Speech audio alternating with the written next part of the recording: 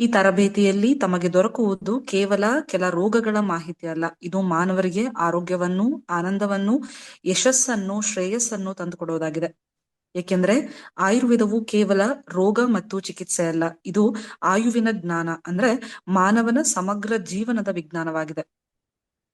ಆತ್ಮೀಯರೇ, ಈ ತರಗತಿಯ ಪೂರ್ಣ ಲಾಭಕ್ಕಾಗಿ ಒಂದು ಪ್ರಶಾಂತ ಸ್ಥಳದಲ್ಲಿ ಕುಳಿತು ಕೇಳಲು ಶಿಫಾರಸು ಮಾಡ್ತೇವೆ ಮತ್ತು ಅನಿವಾರ್ಯ ಆದಲ್ಲಿ ಇಯರ್ಫೋನ್ ಬಳಕೆಯನ್ನು ಮಾಡಲು ಕೋರುತ್ತೇವೆ. ಮತ್ತು ಇದು ಕೇವಲ ಜ್ಞಾನ ಪ್ರಸಾರ ವೇದಿಕೆ, ಇಲ್ಲಿ ಯಾವುದೇ ವಸ್ತು ವಿಷಯಗಳ ಮಾರಾಟ ವ್ಯವಹಾರ ಇರೋದಿಲ್ಲ. ಹಾಗಾಗಿ ಈ ನೇರ ತರಬೇತಿಯು ಸಂಪೂರ್ಣ ಉಚಿತವಾಗಿದೆ. ಯಾವುದೇ ವಸ್ತು ಸೇವೆ ಬೇಕೆಂದಲ್ಲಿ ಸಂಸ್ಥೆಯನ್ನು ನೇರ ಅಥವಾ ಫೋನ್ ಮೂಲಕ ಸಂಪರ್ಕಿಸಲು ಕೋರುತ್ತೇವೆ. ಆಯುರ್ವೇದ ಜೀವನ ತರಬೇತಿಯ ಹೆಚ್ಚಿನ ಮಾಹಿತಿಗಳು ಬೇಕೆಂದಲ್ಲಿ ಶೀಘ್ರದಲ್ಲಿ ನಮ್ಮ ಶ್ರೀಪಾ ಆಪ್ನಲ್ಲಿ ದೊರೆತವೆ. ಇಂದಿನ ಉಪನ್ಯಾಸಕರು ಧನ್ವಂತರಿ ಸ್ವರೂಪರಾದಂತಹ ಡಾಕ್ಟರ್ ಎಂ ಈಶ್ವರಡ್ಡಿ ಗುರುಗಳ ನೇರ ಶಿಷ್ಯರು, ಕನ್ನಡ ನಾಡಿನಾದ್ಯಂತ ತಮ್ಮ ಚಿಕಿತ್ಸೆ, ಲೇಖನ, ಉಪನ್ಯಾಸಗಳಿಂದ ಚಿರಪರಿಚಿತರು, ಅನೇಕ ಆಯುರ್ವೇದ ವೈದ್ಯರಿಗೆ ತರಬೇತಿ ಕೊಟ್ಟವರು ಮತ್ತು ಶ್ರೀಪಾ ಸಂಸ್ಥೆಯ ಸಂಸ್ಥಾಪಕರು ಆದ ಡಾಕ್ಟರ್ ಮಲ್ಲಿಕಾರ್ಜುನ್ ಡಂಬಲ್ ರವರು. ಅವರನ್ನು ಈ ವೇದಿಕೆಗೆ ಆತ್ಮೀಯವಾಗಿ ಸ್ವಾಗತಿಸ್ತಾ, ತಾವೆಲ್ಲರೂ ತಮ್ಮ ಸಮಯವನ್ನು ನೀಡಿ ಆರೋಗ್ಯಕ್ಕೆ ಆಸಕ್ತರಾಗಿ ಬಂದು ಈ ದಿನದ ಸಮಯವನ್ನು ಸದುಪಯೋಗ ಪಡಿಸಿಕೊಳ್ಳಿಕ್ಕೆ ಆಸಕ್ತರಾಗಿ ಬಂದಿರುವಂತಹ ಎಲ್ಲರಿಗೂ ಮತ್ತೊಮ್ಮೆ ಆತ್ಮೀಯವಾದ ಸ್ವಾಗತವನ್ನು ಕೋರೋಣ.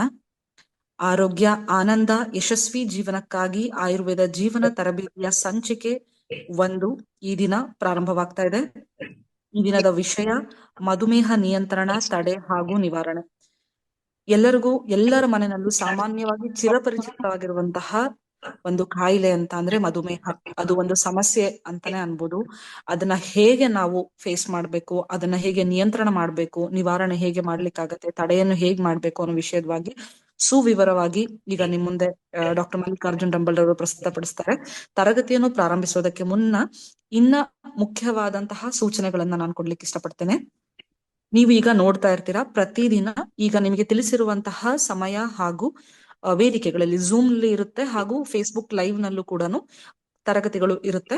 ಝೂಮ್ ಲಿಂಕ್ ಅಲ್ಲೂ ಯಾರಾದ್ರೂ ಜಾಯ್ನ್ ಆಗಬಹುದು, ಅಥವಾ ಫೇಸ್ಬುಕ್ ಲೈವ್ ನಲ್ಲಾದ್ರೂ ಯಾರಾದ್ರೂ ಜಾಯ್ನ್ ಆಗಬಹುದು. ಯಾರಿಗಾದ್ರೂ ಲೈವ್ ತರಗತಿಗಳು ಮಿಸ್ ಆಗಿದ್ದಲ್ಲಿ ಅದು ಚಿಂತೆ ಬೇಡ. ನಾವು ತರಗತಿ ಮುಗಿದ ಒಂದು ವಾರದ ಒಳಗಡೆನೆ ನಮ್ಮ ಯೂಟ್ಯೂಬ್ ಚಾನಲ್ ನಲ್ಲಿ ರೆಕಾರ್ಡೆಡ್ ಕ್ಲಾಸ್ ನ ಅಪ್ಲೋಡ್ ಮಾಡಿ ಗ್ರೂಪ್ ಗಳಲ್ಲಿ ನಾವು ಶೇರ್ ಮಾಡ್ತೀವಿ. ಸೋ ದಟ್ ನೀವು ಮಿಸ್ ಆಗಿರೋ ಕ್ಲಾಸ್ಗಳನ್ನ ಮತ್ತೆ ಪುನಃ ನಿಮ್ಮದೇ ಸಮಯದಲ್ಲಿ ಆರಾಮಾಗಿ ನೀವು ವೀಕ್ಷಿಸಬಹುದು ಅಂಡ್ ನೀವು ಶೇರ್ ಕೂಡ ಮಾಡಬಹುದು ಉಪಯುಕ್ತ ಅನ್ಸಿದ್ರಲ್ಲಿ. ಹಾಗೆ ಮುಂಬರುವ ದಿನಗಳಲ್ಲಿ ಏನಾದ್ರೂ ತರಗತಿಯ ಸಮಯಗಳಲ್ಲಿ ಬದಲಾವಣೆಗಳಾಗಿದ್ದಲ್ಲಿ ನಾವು ಗುಂಪುಗಳಲ್ಲಿ ಮುಂಚಿತವಾಗಿ ತಿಳಿಸಿರ್ತೇವೆ, ಯಾವ ಸಮಯಕ್ಕೆ ತರಗತಿಗಳು ಬದಲಾವಣೆ ಆಗಿದೆ, ತರಗತಿಯ ಸಮಯ ಅಂತ ಮುಂಚಿತವಾಗಿ ತಿಳಿಸಿರ್ತೇವೆ. ಹಾಗೆ ಇನ್ನೊಂದು ಮುಖ್ಯವಾದ ವಿಷಯ, ಪ್ರಶ್ನೋತ್ತರ ಸಂವಾದ, ಡಾಕ್ಟರ್ ಜೊತೆ ಸಂವಾದ ಅಲ್ವಾ. ಸೊ ಅದಕ್ಕೆ ನಿಮ್ಗೋಸ್ಕರ ಅಂತಾನೆ 1 ಅವರ್ನ ಸಪರೇಟ್ ಸೆಷನ್ ಅನ್ನ ನಾವು ನಡೆಸ್ಕೊಡ್ತೇವೆ. ಇವತ್ತು ಕಂಪ್ಲೀಟ್ ಆಗಿ ಲೆಕ್ಚರಿಂಗ್ ಸೆಷನ್ ಇರುತ್ತೆ. ಈ ಸೆಷನ್ ಮುಗಿದ ನಂತರ 8 ಗಂಟೆಯಿಂದ 10 ಗಂಟೆವರೆಗೆ ವಾಟ್ಸಪ್ ಗುಂಪುಗಳಲ್ಲಿ ನಿಮ್ಮ ಪ್ರಶ್ನೆಗಳನ್ನ ಕೇಳಲಿಕ್ಕೆ ನಾವು ಅವಕಾಶ ಮಾಡ್ಕೊಡ್ತಾ ಇದ್ದೇವೆ. ನಿಮ್ಮ ಹೆಸರು, ಊರು ಮತ್ತೆ ನಿಮ್ಮ ಪ್ರಶ್ನೆ, ಈ ಫಾರ್ಮ್ಯಾಟ್ ಅಲ್ಲಿ ನೀವು ನಿಮ್ಮ ಪ್ರಶ್ನೆಗಳನ್ನ ಟೈಪ್ ಮಾಡಿ ಕಳಿಸಿ ಅಥವಾ ವಾಯ್ಸ್ ಮೆಸೇಜ್ ಮಾಡಿ ಕಳಿಸಿ. ನಾವು ಆ ಪ್ರಶ್ನೆಗಳನ್ನ ಎಲ್ಲದನ್ನು ನೋಟ್ ಡೌನ್ ಮಾಡ್ಕೊಂಡು ನಾಳಿನ 1 ಗಂಟೆಯ ಪ್ರಶ್ನೋತ್ತರ ಸಂವಾದ, ಡಾಕ್ಟರ್ ಒಂದಿಗೆ ಸಂವಾದ ಇರುತ್ತಲ್ವಾ, ಆ ಪ್ರಶ್ನೋತ್ತರ ಸಂಚಿಕೆಗಳಲ್ಲಿ ನಿಮ್ಮ ಪ್ರಶ್ನೆಗಳಿಗೆ ವೈದ್ಯರು ಉತ್ತರಿಸ್ತಾರೆ. ಓಕೆ, ಯಾಕೆ ಮುಂಚಿತವಾಗಿಯೇ ನಾವು ಪ್ರಶ್ನೆಗಳನ್ನ ಕಲೆಕ್ಟ್ ಮಾಡ್ಕೊಳ್ತೀವಿ ಅನ್ನೋದಕ್ಕೆ ಒಂದು ಸಿಂಪಲ್ ಥಿಂಗ್, ಆದಷ್ಟು ಸಮಯವನ್ನ ಸೇವ್ ಮಾಡ್ಲಿಕ್ಕೆ. ಓಕೆ, ಸೊ ನಿಮ್ಮ ಪ್ರಶ್ನೆಗಳಿಗೆ ನಮ್ ಕಡೆಯಿಂದ ವೆಲ್ಕಮಿಂಗ್ ಇದೆ ಅಂಡ್ ನಾವು ಅದಕ್ಕೆ ಕಂಪ್ಲೀಟ್ ಆಗಿ ಟೈಮ್ ಕೊಡ್ತೇವೆ. ಅಕಸ್ಮಾತ್ ಆ ಒಂದು ಗಂಟೆಯಲ್ಲಿ ಆಗದೆ ಇರುವಂತಹ ಪ್ರಶ್ನೆಗಳನ್ನ ನಾವು ಡಾಕ್ಟರ್ ಒಂದು ಸಪರೇಟ್ ವಿಡಿಯೋ ಮಾಡಿ ಮತ್ತೆ ಅದನ್ನ ಯೂಟ್ಯೂಬ್ ಅಲ್ಲಿ ಅಪ್ಲೋಡ್ ಮಾಡ್ತೀವಿ, ಅದನ್ನು ನಿಮಗೆ ಗ್ರೂಪ್ ಅಲ್ಲಿ ಶೇರ್ ಮಾಡ್ತೀವಿ. ಯಾವುದೇ ಪ್ರಶ್ನೆಗಳನ್ನ ನಾವು ಮಿಸ್ ಮಾಡೋದಿಲ್ಲ, ಅದಕ್ಕೆ ಸಂಪೂರ್ಣವಾಗಿ ನಾವು ಸಮಯವನ್ನು ಕೊಡ್ತೇವೆ ಅಂತ ಹೇಳ್ತಾ ಈ ದಿನದ ತರಗತಿಯನ್ನು, ಮೊದಲನೇ ಸಂಚಿಕೆಯನ್ನು ಪ್ರಾರಂಭಿಸೋಣ. ಮೊದಲನೇ ದಿನದ ವಿಷಯ ಮಧುಮೇಹ ನಿಯಂತ್ರಣ, ತಡೆ ಹಾಗೂ ನಿವಾರಣೆ. ಬನ್ನಿ ಸರ್, ಪ್ಲೀಸ್. ಅಜ್ಞಾನತಿಮಿರಾಂಧಸ್ಯ ಜ್ಞಾನಾಂಜನಶಲಾಕಯ ಚಕ್ಷುರುನ್ಮೀಲಿತಂ ಯೇನ ತಸ್ಮೈ ಶ್ರೀ ಗುರವೇ ನಮಃ. ಎಲ್ಲರಿಗೂ ಆತ್ಮೀಯವಾದ ಸ್ವಾಗತ. ಚಿಕಿತ್ಸೆ ಮಾಡೋದು ವೈದ್ಯನ ಕರ್ತವ್ಯ.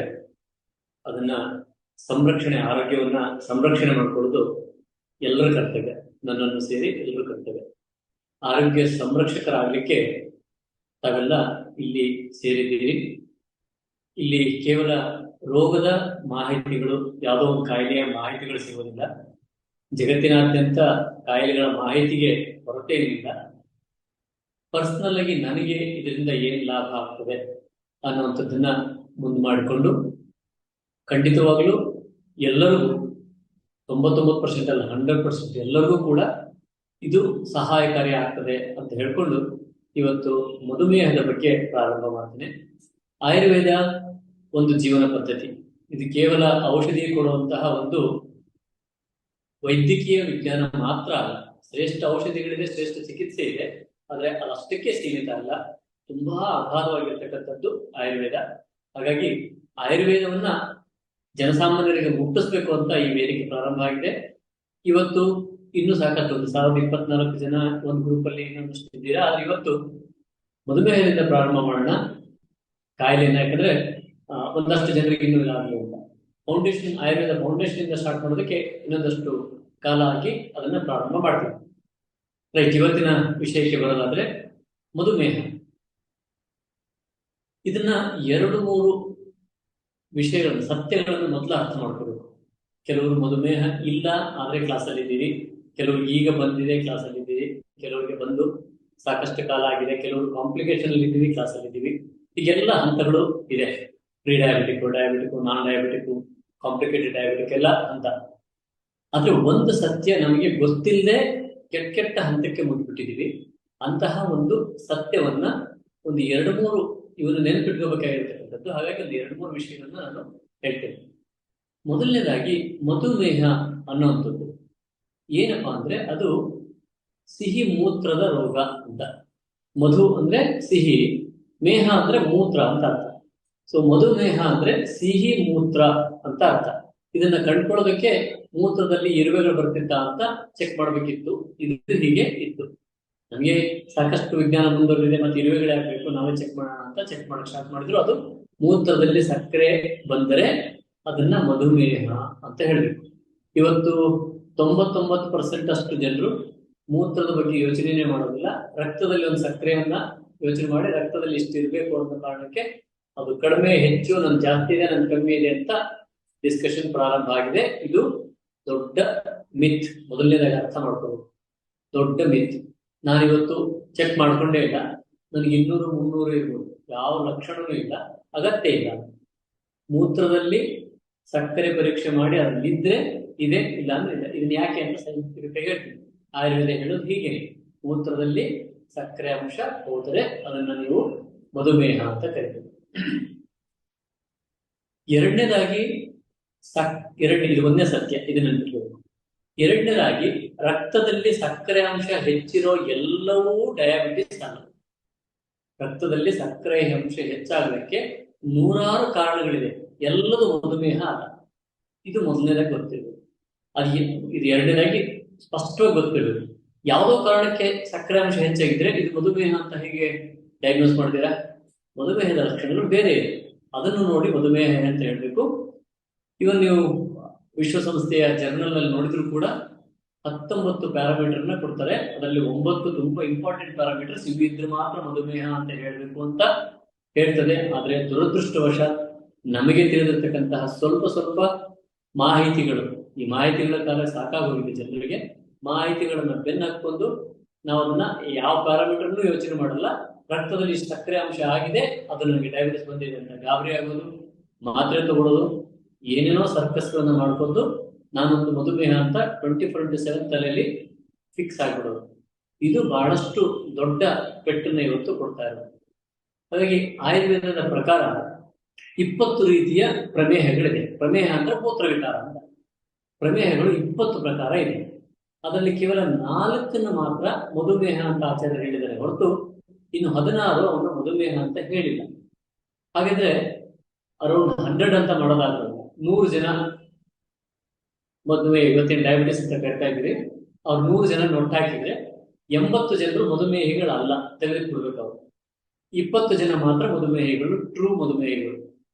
ಇನ್ನು 80 ಜನ ಅದು ಮೂತ್ರದ ವಿಕಾರ ಯಾವ್ದಾವ್ದೋ ಕಾರಣಕ್ಕೆ, ಇನ್ಯಾವುದೋ ಕಾರಣಕ್ಕೆ. ನಾನು ಅದನ್ನ ಹೇಳ್ತೀನಿ ಏನ್ ಕಾರಣಕ್ಕೆ. ಸೊ ಮೂರನೇ ಸತ್ಯ ಏನಪ್ಪಾ ಅಂದ್ರೆ, ಈ ಸಕ್ಕರೆ ಅಥವಾ ಗ್ಲುಕೋಸ್ ಅಂತ ಏನಿದೆ ಇದು ಲೈಫ್. ಮೊದಲನೇದಾಗಿ ನೆನ್ಪಿಟ್ಕೋಬೇಕು, ಇದು ಲೈಫ್, ಜೀವನ.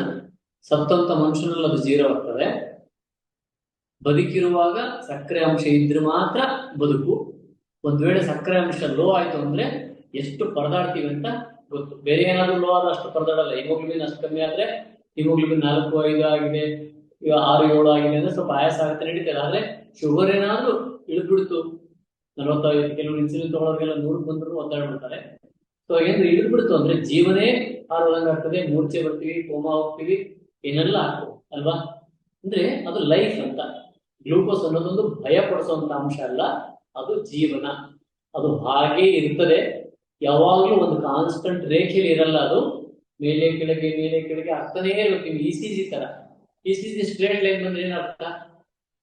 ಹಾಗೆ ಗ್ಲೂಕೋಸ್ ಒಂದು ಸ್ಟ್ರೇಟ್ ಲೈನ್ ಅಲ್ಲೇ ಇದೆ ಅಂದ್ರೆ ಏನರ್ಥ? ಅದು ಎರಡು ಒಂದೇ. ಹಾಗಾಗಿ ರಕ್ತದಲ್ಲಿರ್ತಕ್ಕಂತಹ ಸಕ್ಕರೆ ಭಯ ಪಡಿಸೋದಲ್ಲ, ಅದು ನಮ್ಮನ್ನ ಬದುಕಿಸಿಟ್ಟಿರೋದೇ ಅದು. ಅದರಿಂದನೇ ನಮ್ಮ ಜೀವನ ನಡೆಯುತ್ತೆ. ಈ 3 ಸತ್ಯಗಳನ್ನು ನಾವು ಫಸ್ಟ್ ಮಧುಮೇಹಕ್ಕೆ ಸಂಬಂಧಪಟ್ಟಂಗೆ ತಿಳ್ಕೊಂಡಿರ್ಬೇಕು. ಇವು ಗೊತ್ತಿಲ್ಲದೆ ಏನ್ ಮಾಡ್ಕೋತೀವಿ ಅಂದ್ರೆ ಏನೇನೋ ವಿಚಾರ ಮಾಡ್ತೀವಿ. ಹಾಗಾದ್ರೆ ಮಧುಮೇಹ ಅಂದ್ರೆ ಸಿಂಟಮ್ಸ್ ಏನು ಅಂತ ನೋಡೋಣ. ಇಷ್ಟು ಜನ ಇದ್ದೀರಿ, ಅಷ್ಟು ಅರ್ಥ ಮಾಡ್ಕೊಳ್ರಿ. ಮಧುಮೇಹದ ಲಕ್ಷಣಗಳು ರಕ್ತದ ಸಕ್ಕರೆ ಅಲ್ಲ, ಇನ್ನೊಂದಲ್ಲ, ಮತ್ತೊಂದಲ್ಲ. ಮಧುಮೇಹದ ಲಕ್ಷಣದ ಸ್ಪಷ್ಟವಾಗಿ ಅರ್ಥ ಮಾಡ್ಕೊಳ್ಳಿ. ಮೂತ್ರದಲ್ಲಿ ಸಕ್ಕರೆ ಅಂಶ ಹೋಗ್ತಾ ಇರಬೇಕು. ಅದು ಐಡೆಂಟಿಫೈ ಆಗೋದು ಹೇಗೆ ಅಂದ್ರೆ, ಮೂತ್ರ ಮಧು ಅಂದ್ರೆ ಜೇನುತುಪ್ಪದ ವಾಸನೆ ಇರ್ತದೆ, ಗಾಢವಾಗಿರ್ತದೆ, ಇರುವೆಗಳು ಬೆಚ್ಕೋತದೆ. ಪರೀಕ್ಷೆ ಮಾಡಿದ್ರೆ ಸಕ್ಕರೆ ಅಂಶ ಜಾಸ್ತಿ ಇರ್ತದೆ. ಸಕ್ಕರೆ ಅಂಶ 2%, 2% ಹಿಂಗೆಲ್ಲ ಇರ್ತದೆ.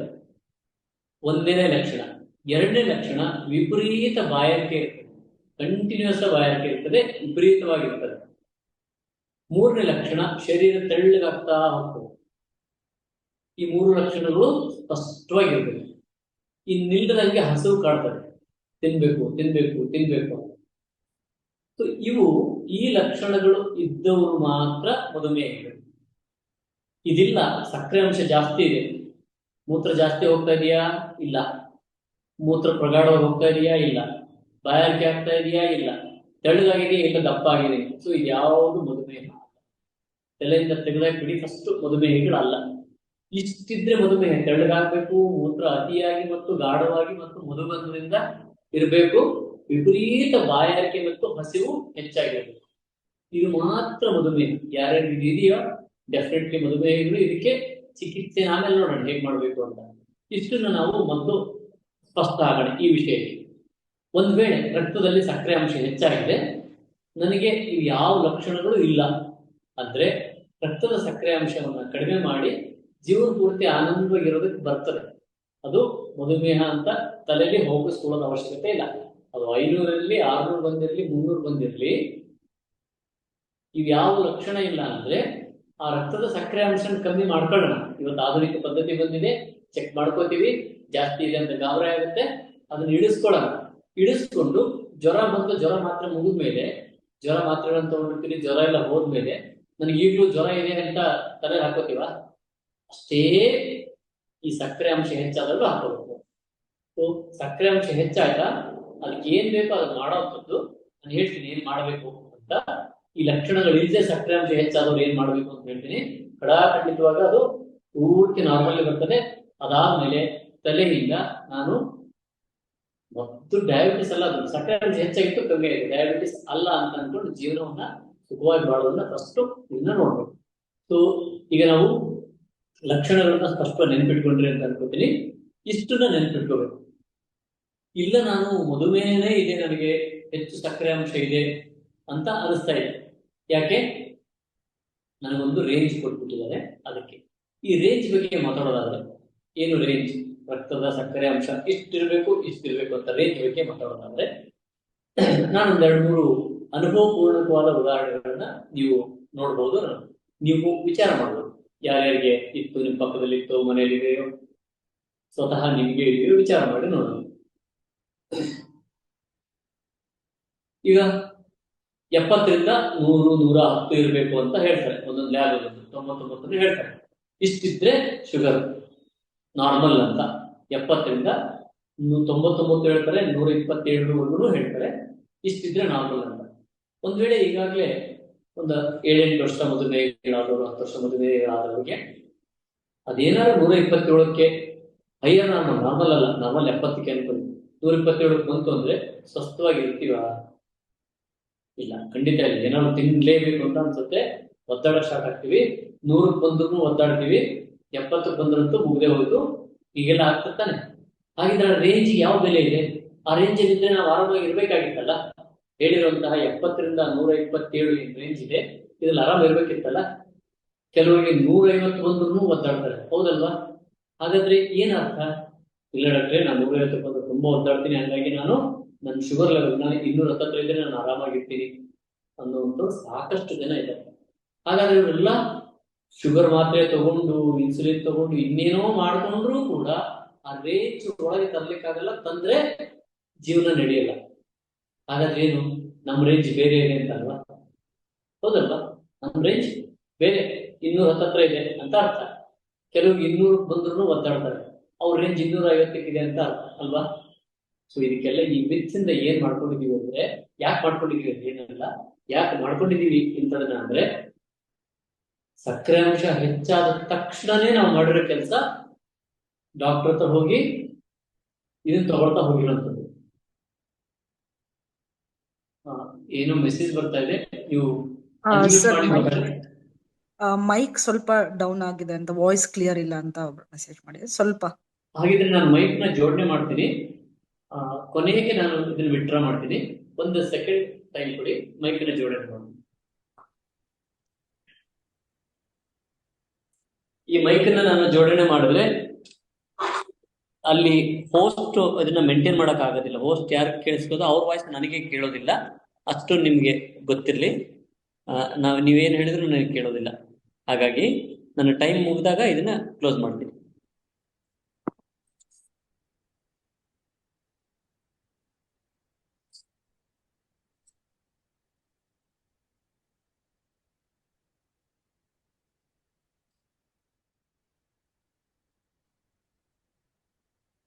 ಇವಾಗ ಕ್ಲಿಯರ್ ಇದೆ ಅಂತ ಅನ್ಸುತ್ತೆ ವಾಯ್ಸ್?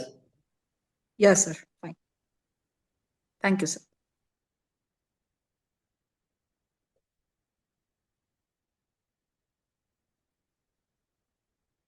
ವಾಯ್ಸ್ ಇವಾಗ ಕ್ಲಿಯರ್ ಇದೆ ಅಲ್ವಾ? ಮೆಸೇಜ್ ಮಾಡಿ ಕ್ಲಿಯರ್ ಅಂತ ಚಾಟ್ ಬಾಕ್ಸ್ ಅಲ್ಲಿ. ಎಲ್ರಿಗೂ ವಾಯ್ಸ್ ಕ್ಲಿಯರ್ ಇದ್ರೆ ಒಂದು ಚಾಟ್ ಬಾಕ್ಸ್ ಅಲ್ಲಿ VC ಅಂತ ಹಾಕ್ರಿ, ವಾಯ್ಸ್ ಕ್ಲಿಯರ್ ಅಂತ ಒಂದು ಕೊಟ್ರೆ okay. Thank you very much. So ನಾವು ನಮ್ಮ ರೇಂಜ್ ಎಲ್ಲೆಲ್ಗೋ ಇದೆ, ನಮ್ಮ ಜೀವನದ ರೇಂಜ್ ಎಲ್ಲೆಲ್ಗೋ ಇದೆ. ಅಂದ್ರೆ ನಮಗೆ ಲೈಫ್ಗೆ ಬೇಕಾಗುವಂತಹ ಒಂದು ಸಕ್ಕರೆ ಅಂಶ, ಇದನ್ನ ಸ್ಪಾಟ್ಲೈಟ್ ಮಾಡ್ತೀರಾ ನೋಡಿ. ನಮ್ಮ ಲೈಫ್ಗೆ ಬೇಕಾಗಿರ್ತಕ್ಕಂತಹ ಸಕ್ಕರೆ ಅಂಶ ರೇಂಜ್ ಬೇರೆ ಬೇರೆ ಇದೆ ಅಂತ ಅರ್ಥ. ಬೇರೆ, ಇದು ಬೇರೆ ಇದೆ, ಇವ್ರದ್ದು ಬೇರೆ ಇದೆ, ನಂದು ಬೇರೆ ಇದೆ, ಇನ್ನೊಬ್ರದ್ದು ಬೇರೆ ಇದೆ. ಒಂದು ರೇಂಜನ್ನು ಇಟ್ಕೊಂಡ್ಬಿಟ್ಟು ನಾವು ಇದು ಸರಿ ಅಂತ ಅನ್ಕೊಂಡಿರೋದ್ರಿಂದನೇ ಇದು BP ಗೂ ಅಪ್ಲೈ ಆಗುತ್ತೆ, ಶುಗರ್ಗೂ ಅಪ್ಲೈ ಆಗುತ್ತೆ. ಅನ್ಕೊಂಡಿರೋದ್ರಿಂದ ನಾವು ತಪ್ಪಾಗಿ ಭಾವಿಸಿ ಸಕ್ಕರೆಯ ನಿಯಂತ್ರಣ ಮಾತ್ರೆಯನ್ನ ತಗೊಂಡಿರ್ತೀವಿ. ಸಕ್ಕರೆ ನಿಯಂತ್ರಣ ಮಾತ್ರೆಯನ್ನ ತಗೊಂಡ್ಮೇಲೆ ಸುಖವಾಗಿದ್ದೀರಾ ಅಂತ ನಾನು ಕೇಳಿದ್ರೆ 90% ಜನ ಹೇಳ್ತಾರೆ, ಇಲ್ಲ ಸರ್ ಸುಖವಾಗಿಲ್ಲ, ಬಟ್ ಡಯಾಬಿಟಿಸ್ ಬಂದಿದೆ ಅಲ್ಲ ಹಿಂಗೆ ಇರೋದು ಅಂತ ಅನ್ಕೊಂಡ್ಬಿಟ್ಟಿದೀವಿ ಅಂತ. ನಾನು ಬಿಡಿಸಿ ನೋಡ್ತೀನಿ. ಇನ್ಸುಲಿನ್ ಫಸ್ಟ್ ಬಿಡಿಸ್ತೀವಿ, ಸಕ್ಕರೆ ಮಾತ್ರೆಗಳನ್ನ ಕಡಿಮೆ ಮಾಡ್ತಾ ಬಂದ್ಬಿಡ್ತೀವಿ. ಅವಾಗ ಹೇಳ್ತಾರೆ, ಓ ಜೀವನ ಹಿಂಗೂ ಇರ್ಬೋದಾ ಅಂತ. ಅಂದ್ರೆ ಮರ್ತೆ ಹೋಗ್ಬಿಟ್ಟಿರ್ತೀವಿ ಲೈಫ್ ಅನ್ನೋದು ಎಷ್ಟು ಸುಖವಾಗಿತ್ತು ಅಂತ. ಒಬ್ಬರಿಗೆ ಕಾಲು ತುಂಬಾ ನೋವು ಬಂದ್ಬಿಟ್ಟು ಅದು ಏನೋ ಕುಂಟಂಗ ಆಗ್ಬಿಡ್ತು ಅಂದ್ರೆ ಲೈಫ್ ಟೈಮ್ಗೆ ಅದು ಅಡ್ಜಸ್ಟ್ ಆಗಿಬಿಟ್ಟಿರ್ತದೆ. ನಮ್ಮ ಕಾಲು ನಾವಿರೋದೇ ಹಿಂಗೆ ಅಂತ. ಸೊ ಹಾಗಾಗಿ ಈ ಡಯಾಬಿಟಿಸ್ ಅಂದ್ರೆ ನಾವು ಇಷ್ಟು ಮೆತ್ತಗಿರ್ತೀವಿ. ಕೆಲವರಿಗೆ ದೂರ ನಡೆಯಕ್ಕಾಗಲ್ಲ, ಕೆಲವರಿಗೆ ಮೊದಲಷ್ಟು ಮನಸ್ಸಿನಲ್ಲಿ ಉತ್ಸಾಹ ಉಳಿಯಲ್ಲ, ಕೆಲವರಿಗೆ ಶಾರೀರಿಕ ಉತ್ಸಾಹ ಉಳಿಯಲ್ಲ, ಕೆಲವರಿಗೆ ಲೈಂಗಿಕ ಆಸಕ್ತಿ ಹಾಳಾಗ್ತದೆ. ಈ ಎಲ್ಲ ಹಾಳಾದ್ರೂ ಕೂಡ ಸಕ್ಕರೆ ಅಂಶನ ರೇಂಜಲ್ಲೇ ಇಟ್ಕೊಳ್ಳೋದಕ್ಕೆ ಪ್ರಯತ್ನ ಪಡ್ತೀವಿ. ನಾವೇನೋ ಒಂದು ದೊಡ್ಡ ಅಪಾಯದಿಂದ ಪಾರಾದ್ವಿ ಅಂತ ಒಂದು 15-20 ವರ್ಷ ಇದನ್ನೇ ಮಾಡ್ತೀವಿ, ಜೀವನನೇ ಮಾಡೋದಿಲ್ಲ. ಜೀವನದ ಎಲ್ಲ ವಿಷಯಗಳನ್ನು ಕಳ್ಕೊತೀವಿ. ಸೊ ರಕ್ತದಲ್ಲಿರ್ತಕ್ಕಂತಹ ಸಕ್ಕರೆ ಅಂಶ ನಮ್ಮ ಜೀವನ, ಇದನ್ನ ನಾವು ಸ್ಪಷ್ಟವಾಗಿ ಗುರುತಿಸ್ಕೋಬೇಕು. ರಕ್ತದಲ್ಲಿರ್ತಕ್ಕಂತಹ ಸಕ್ಕರೆ ಅಂಶ ನಮ್ಮ ಜೀವನ, ಅದಿಲ್ಲ ಅಂದ್ರೆ ಜೀವನವೇ ಇಲ್ಲ. ಹಾಗಾಗಿ ಕೇವಲ ಸಕ್ಕರೆ ಅಂಶ ಹೆಚ್ಚಾಯಿತು ಅಂತ ಓಡೋಗಿ ಸಕ್ಕರೆ ಅಂಶ ನಿಯಂತ್ರಣ ತಗೊಳ್ಳೋದಕ್ಕೆ ಮಾತ್ರೆಯನ್ನು ತಗೊಂಡ್ವಿ ಅಂದ್ರೆ ನಾವು ಹಾಳಾಗ್ತಾ ಇದ್ದೀವಿ ಅಂತ ಸ್ಪಷ್ಟವಾಗಿ ನೆನ್ಪಿಟ್ಕೋಬೇಕು. ಈ ಸಕ್ಕರೆ ನಿಯಂತ್ರಣ ಅನ್ನುವಂಥದ್ದಕ್ಕೂ ಮಧುಮೇಹಕ್ಕೂ ಒಂದಕ್ಕೊಂದು ಸಂಬಂಧವೇ ಇಲ್ಲ. ಇದು ಎಲ್ಲರೂ ಅರ್ಥ ಮಾಡಿಕೊಂಡು ಮತ್ತು ಮನಸ್ಸಿನೊಳಗೆ ಹಾಕೋಬೇಕಾಗಿರುವಂತಹ ಸತ್ಯಾಂಶ. ಕೇವಲ ರಕ್ತದ ಸಕ್ಕರೆ ನಿಯಂತ್ರಣ ಮಾಡುವಂಥದ್ದಕ್ಕೂ ಮಧುಮೇಹ ಅನ್ನುವಂಥ ಕಾಯಿಲೆಗೂ ಒಂದಕ್ಕೊಂದು ಏನೂ ಸಂಬಂಧ ಇಲ್ಲ ಅಂತ ಅರ್ಥ. ಏನ್ ಡಾಕ್ಟರ್ ಹಿಂಗೆ ಹೇಳ್ತಾರೆ ಅಂತ ಅನ್ಸುತ್ತಲ್ವಾ?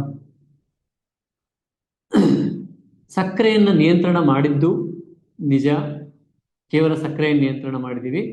ಯಾಕೆ ಹೆಚ್ಚಾಯಿತು ಅಂತ ಯೋಚನೆನೇ ಮಾಡದೆ ಇದನ್ನು ಡಯಾಬಿಟಿಸ್ ಅಂತ ನಿಯಂತ್ರಣ ಮಾಡ್ತೀವೋ, ನಿಜವಾದ ಡಯಾಬಿಟಿಸ್ ಇದ್ದವರು, ಫಾಲ್ಸ್ ಡಯಾಬಿಟಿಸ್ ಸುಮ್ಮನೆ ಸಕ್ಕರೆ ಅಂಶ ಹೆಚ್ಚಾದವ್ರಿಗೂ ಕೂಡ ಸಕ್ಕರೆ ನಿಯಂತ್ರಣ ಮಾತ್ರೆಗಳನ್ನು, ಓರಲ್ ಹೈಪೋಗ್ಲೈಸಿಮಿಕ್ ಡ್ರಗ್ಸ್ ಅಂತಾರೆ, OHD, ಓರಲ್ ಹೈಪೋಗ್ಲೈಸಿಮಿಕ್ ಡ್ರಗ್ಸ್, ಈ ಮಾತ್ರೆಗಳನ್ನು, ಅದು ಮೆಟ್ಫಾರ್ಮಿನ್ ಇರಲಿ, ಗ್ಲಿಮಿಪ್ರೈಡ್ ಇರಲಿ, ವಿಲ್ಡಾಗ್ಲಿಪ್ಟಿನ್ ಇರಲಿ, ಓಗ್ಲಿಬೋಸ್ ಇರಲಿ, ಏನಾದ್ರು ನೀವು ಏನೇನು ಕಾಂಬಿನೇಷನ್ ಇರೋ ಏನಾದರೂ ಇರಲಿ, ಇವನ್ನ ಓರಲ್ ಹೈಪೋಗ್ಲೈಸಿಮಿಕ್ ಡ್ರಗ್ ಅಂದರೆ ಮಾತ್ರೆ ಬಾಯಲ್ಲಿ ತಗೊಳ್ಳುವಂತಹ ಸಕ್ಕರೆ ಅಂಶವನ್ನು ನಿಯಂತ್ರಿಸುವ ಮಾತ್ರೆಗಳು, ಮಧುಮೇಹ ನಿಯಂತ್ರಕಗಳಲ್ಲ. ಹೈಪೋಗ್ಲೈಸಿಮಿಕ್ ಅಂದರೆ ಸಕ್ಕರೆಯನ್ನ ಕಡಿಮೆ ಮಾಡುವಂಥ ಅಂಶಗಳು. ಸಕ್ಕರೆಯನ್ನ ಕಡಿಮೆ ಮಾಡಿದ್ರೆ ಲೈಫ್ ಹಾಳಾಗುತ್ತೆ ಅನ್ನೋದು ಗೊತ್ತಿರಬೇಕಾಗಿತ್ತು. ಎನಿಹೌ, ಇದಕ್ಕೂ ಮಧುಮೇಹಕ್ಕೂ ಯಾಕೆ ಸಂಬಂಧ ಇಲ್ಲ ಅಂದರೆ, ಇಷ್ಟು ಸಮಯ ಮಧುಮೇಹದ ಮಾತ್ರೆಗಳನ್ನು ತಗೊಂಡ್ರೂ ಕೂಡ ಒಂದು ದಿನ ಡಾಕ್ಟರ್ ಹೇಳ್ತಾರೆ ಸ್ವಲ್ಪ ಯಾಕೋ ಕಿಡ್ನಿ ತೊಂದರೆ ಕಾಣ್ತದೆ, ಕಿಡ್ನಿ ಡಾಕ್ಟರ್ನ ಕಾಣು ಅಂತ ಹೇಳ್ತಾರೆ. ಅವತ್ತು ನಾವು ಕಿಡ್ನಿ ಡಾಕ್ಟರ್ ಹತ್ರ ಹೋದ್ರೆ ಅವರು ಡಯಾಗ್ನೋಸ್ ಮಾಡ್ತಾರೆ, ಇದು ಡಯಾಬಿಟಿಸ್ ಇಂದ ಆಗಿರ್ತಕ್ಕಂತಹ ಕಿಡ್ನಿ ತೊಂದರೆ, ಡಯಾಬಿಟಿಕ್ ನೆಫ್ರೋಪತಿ. ಇನ್ನೊಬ್ಬರಿಗೆ ಡಾಕ್ಟರ್ ಹೇಳ್ತಾರೆ ಯಾಕೋ ಕಣ್ಣಿನ ತೊಂದರೆ ಡಾಕ್ಟರ್ ನಂಗೆ ಅಂತ ಹೇಳಿದ್ರೆ, ಮಧುಮೇಹದಿಂದ ಇರ್ಬೋದು, ಕಣ್ಣಿನ ಡಾಕ್ಟರ್ ಕಾಣು. ಕಣ್ಣಿನ ಡಾಕ್ಟರ್ನ ಕಂಡಾಗ ಅವ್ರು ಹೇಳ್ತಾರೆ ಇದು diabetic retinopathy. Heart doctor diabetic cardiopathy. ನರಗಳ ಡಾಕ್ಟರ್ ಹೇಳ್ತಾರೆ ಡಯಾಬಿಟಿಕ್ ನ್ಯೂರೋಪತಿ ಅಂತ. ಸೊ ಎಲ್ಲದರ ಹಿಂದೆ ಒಂದು ಪ್ರಿಫಿಕ್ಸ್ ಸೇರಿದೆ, diabetic nephropathy, diabetic neuropathy, diabetic cardiopathy, diabetic retinopathy, ಹೀಗೆ ಡಯಾಬಿಟಿಸ್ ಇಂದ ಹಾಳಾಗಿರುವಂಥದ್ದು ಆರ್ಗನ್ಗಳು ಅಂತ. ಹಾಗಾದ್ರೆ ಸಕ್ಕರೆ ನಿಯಂತ್ರಣ ತಗೊಂಡ ಮಾತ್ರೆಗಳು ಆ ಆರ್ಗನ್ಗಳನ್ನ ಹಾಳಾಗ್ಲಿಕ್ಕೆ ಬಿಡಬಾರ್ದಾಗಿತ್ತು ಅಲ್ವಾ? ನಾವು ಹೇಳ್ದಂಗೆ ನಿಯಂತ್ರಣ ಮಾಡ್ಕೊಂಡಿದೀವಿ. ಮೊದಲು ಒಂದು ಮಾತ್ರೆ ಶುರುವಾಗಿದ್ದೀಗ ತಗೊಳ್ಳೋದು ಒಂದೇ ಮಾತ್ರೆ, ಅದರ ಕಾಂಬಿನೇಷನ್ ನೋಡ್ಬೇಕು. ನಾವು ತಪ್ಪು ಅನ್ಕೋತೀವಿ, ನಾನು 3 ಡಾಕ್ಟರ್ ಮಾತ್ರೆ ತಗೊಳ್ಳೋದು ಡಯಾಬಿಟಿಸ್ಗೆ ಅಂದ್ರೆ 9 ಇರ್ತದೆ ಅದರೊಳಗೆ. ಯಾಕೆ? ಒಂದೊಂದರಲ್ಲಿ 3 ಅಂಶಗಳಿರ್ತದೆ. ಮೆಟ್ಫಾರ್ಮಿನ್, ಗ್ಲಿಮಿಪ್ರೈಡ್, ಮೆಟ್ಫಾರ್ಮಿನ್, ಗ್ಲಿಮಿಪ್ರೈಡ್, ಓಗ್ಲಿಬೋಸ್, ಮೆಟ್ಫಾರ್ಮಿನ್, ಇನ್ನೇನು ವಿಲ್ಡಾಗ್ಲಿಪ್ಟಿನ್, ಸೆಟಾಲಿಗ್ಲಿಪ್ಟಿನ್. ಸೊ ಹೀಗೆ ಅಂದ್ರೆ 3 ಕಾಂಬಿನೇಷನ್ ಅನ್ನು ಒಂದು ಮಾತ್ರೆ ಕೊಟ್ಟು ಅದನ್ನ ಒಂದೇ ಮಾತ್ರೆ ಅಂತ ನಮಗನ್ಸುತ್ತೆ. ಆದ್ರೆ 9 ಮಾತ್ರೆಗಳನ್ನು ನುಂಗಿದ್ರು ಕೂಡ, ಅಷ್ಟು ಮಾಡಿ ಶುಗರ್ ಅಂಶ ಕಂಟ್ರೋಲ್ ಇಟ್ಕೊಂಡಿದ್ರು ಕೂಡ ಆರ್ಗನ್ ಹಾಳಾಗ್ತದೆ ಅಂದ್ರೆ ಮಧುಮೇಹನ ಮುಟ್ಟೇ ಇಲ್ಲ ನಾವು ಅಂತ. ಹೌದಲ್ವಾ? ಮಧುಮೇಹದಿಂದ ಕಣ್ಣು ಹಾಳಾಗಿದೆ, ಮಧುಮೇಹದಿಂದ ಹಾರ್ಟ್ ಹಾಳಾಗಿದೆ, ಮಧುಮೇಹದಿಂದ ಈ ನರಗಳು ಹಾಳಾಗಿದೆ, ಮಧುಮೇಹದಿಂದ ಕಿಡ್ನಿ ಹಾಳಾಗಿದೆ ಅಂದ್ರೆ ಮಧುಮೇಹಕ್ಕೆ ಔಷಧಿನೇ ಕೊಟ್ಟಿಲ್ಲ ಅಂತ ಅಲ್ವಾ? ಸತ್ಯ ಕೂಡ ಹೌದು. ಯಾಕಂದ್ರೆ ನಾವು ಓರಲ್ ಹೈಪೋಗ್ಲೈಸಿಮಿಕ್ ತಗೋತಾ ಇದ್ದೀವಿ, ಇನ್ಸುಲಿನ್ ಚಿಚ್ಕೊಂಡು ಶುಗರ್ನ, ಸಕ್ಕರೆ ಅಂಶ ಕಮ್ಮಿ ಮಾಡ್ಕೋತಾ ಇದೀವಿ ಹೊರತು ಮಧುಮೇಹ ಅಂದ್ರೆ ಏನು ಅಂತನೂ ಅರ್ಥ ಮಾಡ್ಕೊಳಕ್ ಹೋಗಿಲ್ಲ, ಅದನ್ನ ಹೆಂಗೆ ನಿಯಂತ್ರಣ ಮಾಡಬೇಕು ಅಂತ ಗೊತ್ತಿಲ್ಲ. ಇಷ್ಟು ಸಂಕಷ್ಟದಲ್ಲಿ ಸಿಗಾಕೊಂಡಿದ್ದೀವಿ. ಇದು ನಮಗೆ ಇದನ್ನ ತಿಳಿಸಿಲ್ಲ, ಅಥವಾ ನೀವು ಎಷ್ಟು ಹುಡುಕಿದ್ರೂ, ಯಾವ ಸರ್ಚ್ ಮಾಡಿ ಗೂಗಲಲ್ಲಿ ಆಗಲಿ ಇನ್ನೊಂದು ಎಷ್ಟು ಹುಡುಕಿದ್ರೂ ಕೂಡ ಈ ಮಾಹಿತಿ ಸಿಗೋದಿಲ್ಲ. ಆದ್ರಿಂದ ನಮ್ಮನ್ನು ನಾವು ಹಾಳು ಮಾಡ್ಕೊಂಡಿದ್ದೀವಿ. ಗೂಗಲಲ್ಲಿ ಹುಡುಕೋರ ಬಗ್ಗೆ ಒಂದು ಸಣ್ಣ ಸಲಹೆ ಹೇಳ್ತೀನಿ. ಇಷ್ಟು ಜನ ಗೂಗಲಲ್ಲಿ ನಿಮ್ಮ ಕಾಯಿಲೆ ಬಗ್ಗೆ, ಬಂದಿರದೇ ಇರುವಂತಹ ಕಾಯಿಲೆ, ಬಂದಿರುವಂತಹ ಕಾಯಿಲೆ, ಯಾರಿಗಾರು ಬಂದಿರುವಂತಹ ಕಾಯಿಲೆ ಎಲ್ಲವನ್ನೂ ಸೇರಿ ಹುಡುಕಿದ್ರು, ಅದರಿಂದ ಏನಾದರೂ ಒಬ್ಬರಿಗೆ ಭಯ ಕಮ್ಮಿ ಆಗಿದೆಯಾ ಅನ್ನಂಗಿದ್ರೆ ಹುಡುಕಿ. ಇಲ್ಲ ಭಯ ಹೆಚ್ಚಾಗಿದೆ ಅನ್ನೋದಾದ್ರೆ ಹುಡುಕ್ಬೇಡಿ. ನಾನು 99% ಜನರಿಗೆ ಕೇಳ್ತೀನಿ, ಅದರ ಮಾಹಿತಿಯಿಂದ ನನಗೆ ನೆಮ್ಮದಿ ಸಿಕ್ತಪ್ಪ, ಅದರ ಮಾಹಿತಿಯಿಂದ ನಾನು ಆರಾಮಾದಪ್ಪ ಅಂತ ಇಲ್ಲ. ಹೆಲ್ತ್ ವಿಷಯಕ್ಕೆ ಸಂಬಂಧಪಟ್ಟಂಗೆ ನೀವು ಮಿಷಿನ್ ವಿಷಯಕ್ಕೆ ಬೇರೆ ಆರೋಗ್ಯ ವಿಷಯಕ್ಕೆ ಸಂಬಂಧಪಟ್ಟಂಗೆ ಒಂದು ಮಾಹಿತಿನ ನೋಡಿ ನಾನು ಅದರಿಂದ ನೆಮ್ಮದಿಯಾಗಿದ್ದೀನಿ ಅನ್ನೋವಂಥದ್ದು 99% ಜನ ಇಲ್ಲ. ಯಾಕೆ ಅಂದರೆ ಪೂರ್ಣ ಮಾಹಿತಿ ಸಿಗೋಕ್ಕಾಗಲ್ಲ. ಅದು ಕೊಟ್ಟಿದ್ರೂ ಕೂಡ ಅದು ಅದೇ ರೀತಿಯಲ್ಲಿ ವಾಸ್ತವ ಅರ್ಥ ಆಗೋದಿಲ್ಲ. ಅದು ಹೇಗಿತ್ತು ಹಾಗೆ ಅರ್ಥ ಆಗಲ್ಲ. ಯಾಕಂದ್ರೆ ಅದ್ರ ಹಿನ್ನೆಲೆ ಬೇಸಿಕ್ನ ಬಹಳಷ್ಟು ಓದಿದ ಮೇಲೆ ಗೊತ್ತಾಗುತ್ತೆ. ಒಂದು ದೊಡ್ಡ ಕಟ್ಟಿರುವಂಥ ಬಿಲ್ಡಿಂಗ್ ಮೇಲೆ ನಿಂತ್ಕೊಂಡು ಅದರ ಆಳ ಎಷ್ಟಿದೆ ಅಂತ ನಾವು ಕಟ್ಟುವಾಗೂ ನೋಡಿಲ್ಲ, ಅದ್ರ ಬಗ್ಗೆ ಮಾಹಿತಿನೂ ತಿಳ್ಕೊಂಡಿಲ್ಲ.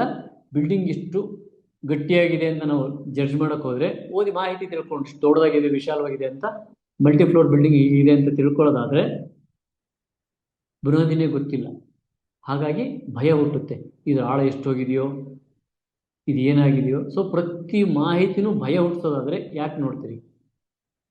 ಹಾಗಾಗಿ ಈಗ ನಾನು ಏನು ಹೇಳಿದ್ನೋ ಈ ಮಾಹಿತಿಗಳನ್ನು ನೀವು ಗೂಗಲಲ್ಲಿ ಹುಡುಕಿದ್ರೆ ಸಿಗಲ್ಲ. ಮತ್ತೆ ಹಾಗಾದ್ರೆ ಎಲ್ಲಿ ಸಿಗ್ತದೆ ಅಂದರೆ ಆಯುರ್ವೇದದ ಮಧುಮೇಹ ಅಧ್ಯಾಯ, ಅಥವಾ ಚರಕಾಚಾರ್ಯರಿರಲಿ, ಶುಶ್ರುತಾಚಾರ್ಯರಿರಲಿ, ವಾಗ್ಭಟಾಚಾರ್ಯರಿರಲಿ, ಮಧುಮೇಹದ ಬಗ್ಗೆ ಮಾತಾಡಿರ್ತಕ್ಕಂಥದ್ದು ಯಾವುದಿದೆಯೋ ಅದನ್ನು ನೋಡಿದರೆ ಈ ಮಾಹಿತಿಗಳು ಸ್ಪಷ್ಟವಾಗಿ ನಮಗೆ ಅರ್ಥ ಆಗ್ತದೆ. ಅದು ಸಂಸ್ಕೃತದಲ್ಲಿದೆ. ಅದನ್ನು ಟ್ರಾನ್ಸ್ಲೇಟ್ ಮಾಡಿ ಹಿಂದಿಯೋ ಇಂಗ್ಲೀಷೋ ಅಥವಾ ಲೋಕಲ್ ಲ್ಯಾಂಗ್ವೇಜ್ಗೋ ಟ್ರಾನ್ಸ್ಲೇಟ್ ಮಾಡಿದ್ದಾರೆ. ಹಾಗಾದ್ರೂ ಅದು ಅರ್ಥ ಆಗಲ್ಲ. ನಿಜವಾಗಿಯೂ ಆಯುರ್ವೇದ ವೈದ್ಯರು ಯಾರಿದ್ದಾರೋ ಅವ್ರ ಹತ್ರ ಮಾತ್ರ ಇದನ್ನ ಅರ್ಥ ಮಾಡ್ಕೊಳ್ಬೇಕು ಸಾಧ್ಯ. ಇಲ್ಲ ಅಂದರೆ ನಾವು ಹೈಪರ್ಗ್ಲೈಸಿಮಿಕ್ ಡ್ರಗ್ ತಗೊಂಡು ಹಾಳಾಗೋದು. ಇವತ್ತು ಬೆಳಗಿನಿಂದ ತುಂಬ ಪೇಷಂಟ್ ನೋಡಿ ಇಮಿಡಿಯೇಟ್ ನಿಮ್ಮ ಕ್ಲಾಸಿಗೆ ಬಂದು ಕೂತ್ಕೊಂಡೆ.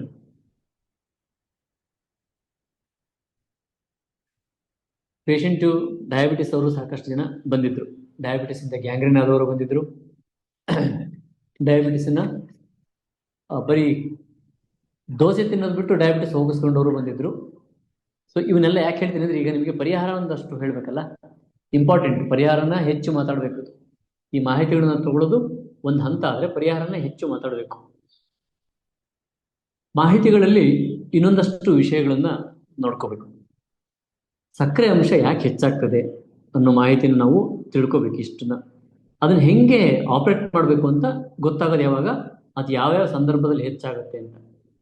ನಮಗೆ ಯಾವುದೋ ಕಾರಣಕ್ಕೆ ಟೆನ್ಷನ್ ಬಂತು ಅಂತ ಅನ್ಕೊಂಡ್ರೆ ಮೆದುಳು ತುಂಬ ಜಾಸ್ತಿ ಕೆಲಸ ಮಾಡಬೇಕಾಗ್ತದಲ್ವಾ. ಮೆದುಳು ಜಾಸ್ತಿ ಕೆಲಸ ಮಾಡಬೇಕು ಅಂತ ಆದರೆ ಅದಕ್ಕೆ ಬೇಕಾಗಿರೋಂಥ ಊಟ, ಇದನ್ನು ಅರ್ಥ ಮಾಡ್ಕೋಬೇಕು. ಮೆದುಳಿಗೆ ಬೇಕಾಗಿರೋಂಥ ಊಟ ಏನು ಅಂದರೆ ಒಂದು ಗ್ಲೂಕೋಸ್, ಇನ್ನೊಂದು ಆಕ್ಸಿಜನ್. ಈ ಎರಡು 3 ಸೆಕೆಂಡ್ ಸಪ್ಲೈ ಆಗಲಿಲ್ಲ ಅಂದರೆ ಮೆದುಳು ನಿಷ್ಕ್ರಿಯಗೊಳ್ತಾ ಹೋಗ್ತದೆ, ಪ್ಯಾರಲೈಸಿಸ್ ಆಗ್ತದೆ, ಇನ್ನೇನೋ ನಿಷ್ಕ್ರಿಯಗೊಳ್ತಾ ಹೋಗ್ತದೆ. 3 ಸೆಕೆಂಡ್ ಸಫಿಷಿಯೆಂಟ್ ಆಕ್ಸಿಜನ್ ಸಿಗದೇ ಇದ್ದರೆ.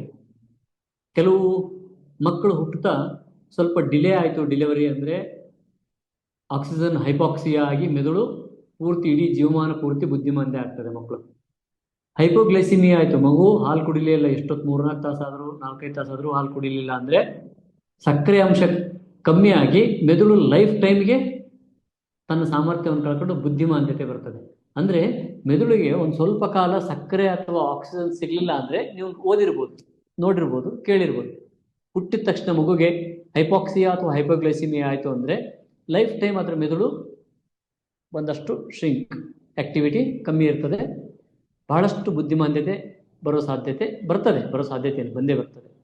ಅಂದರೆ ಮೆದುಳಿಗೆ ಸಕ್ಕರೆ ಅಂಶ ಅಥವಾ ಮತ್ತು ಆಕ್ಸಿಜನ್ ಎರಡೂ ಸಿಗಲಿಲ್ಲ ಅಂತ ಆದರೆ ಒಂದು 3 ಸೆಕೆಂಡ್ಗಳ ಕಾಲ ಅದು ಸಾಕಷ್ಟು ಪೆಟ್ಟು ಮಾಡ್ಕೊಂಡ್ಬಿಡ್ತದೆ.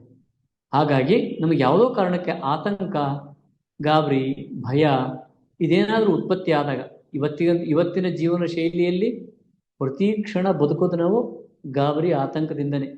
ಏನಾಗುತ್ತೋ ನಾಳೆ ಅಂತ ಆತಂಕದಿಂದನೇ ಬದುಕುವಂಥದ್ದು, ಹೌದಲ್ಲ? ಹೆಚ್ಚಿನ ಜನ ನೆಮ್ಮದಿ ಅಂತ ನಾವು ಚಿಕ್ಕವರದಾಗಿ ಎಲ್ಲರೂ ನೆಮ್ಮದಿಯಾಗಿದ್ದಿಲ್ಲ. ನೆಮ್ಮದಿ ಅನ್ನುವಂಥದ್ದು ಇಲ್ವೇ ಇಲ್ಲ.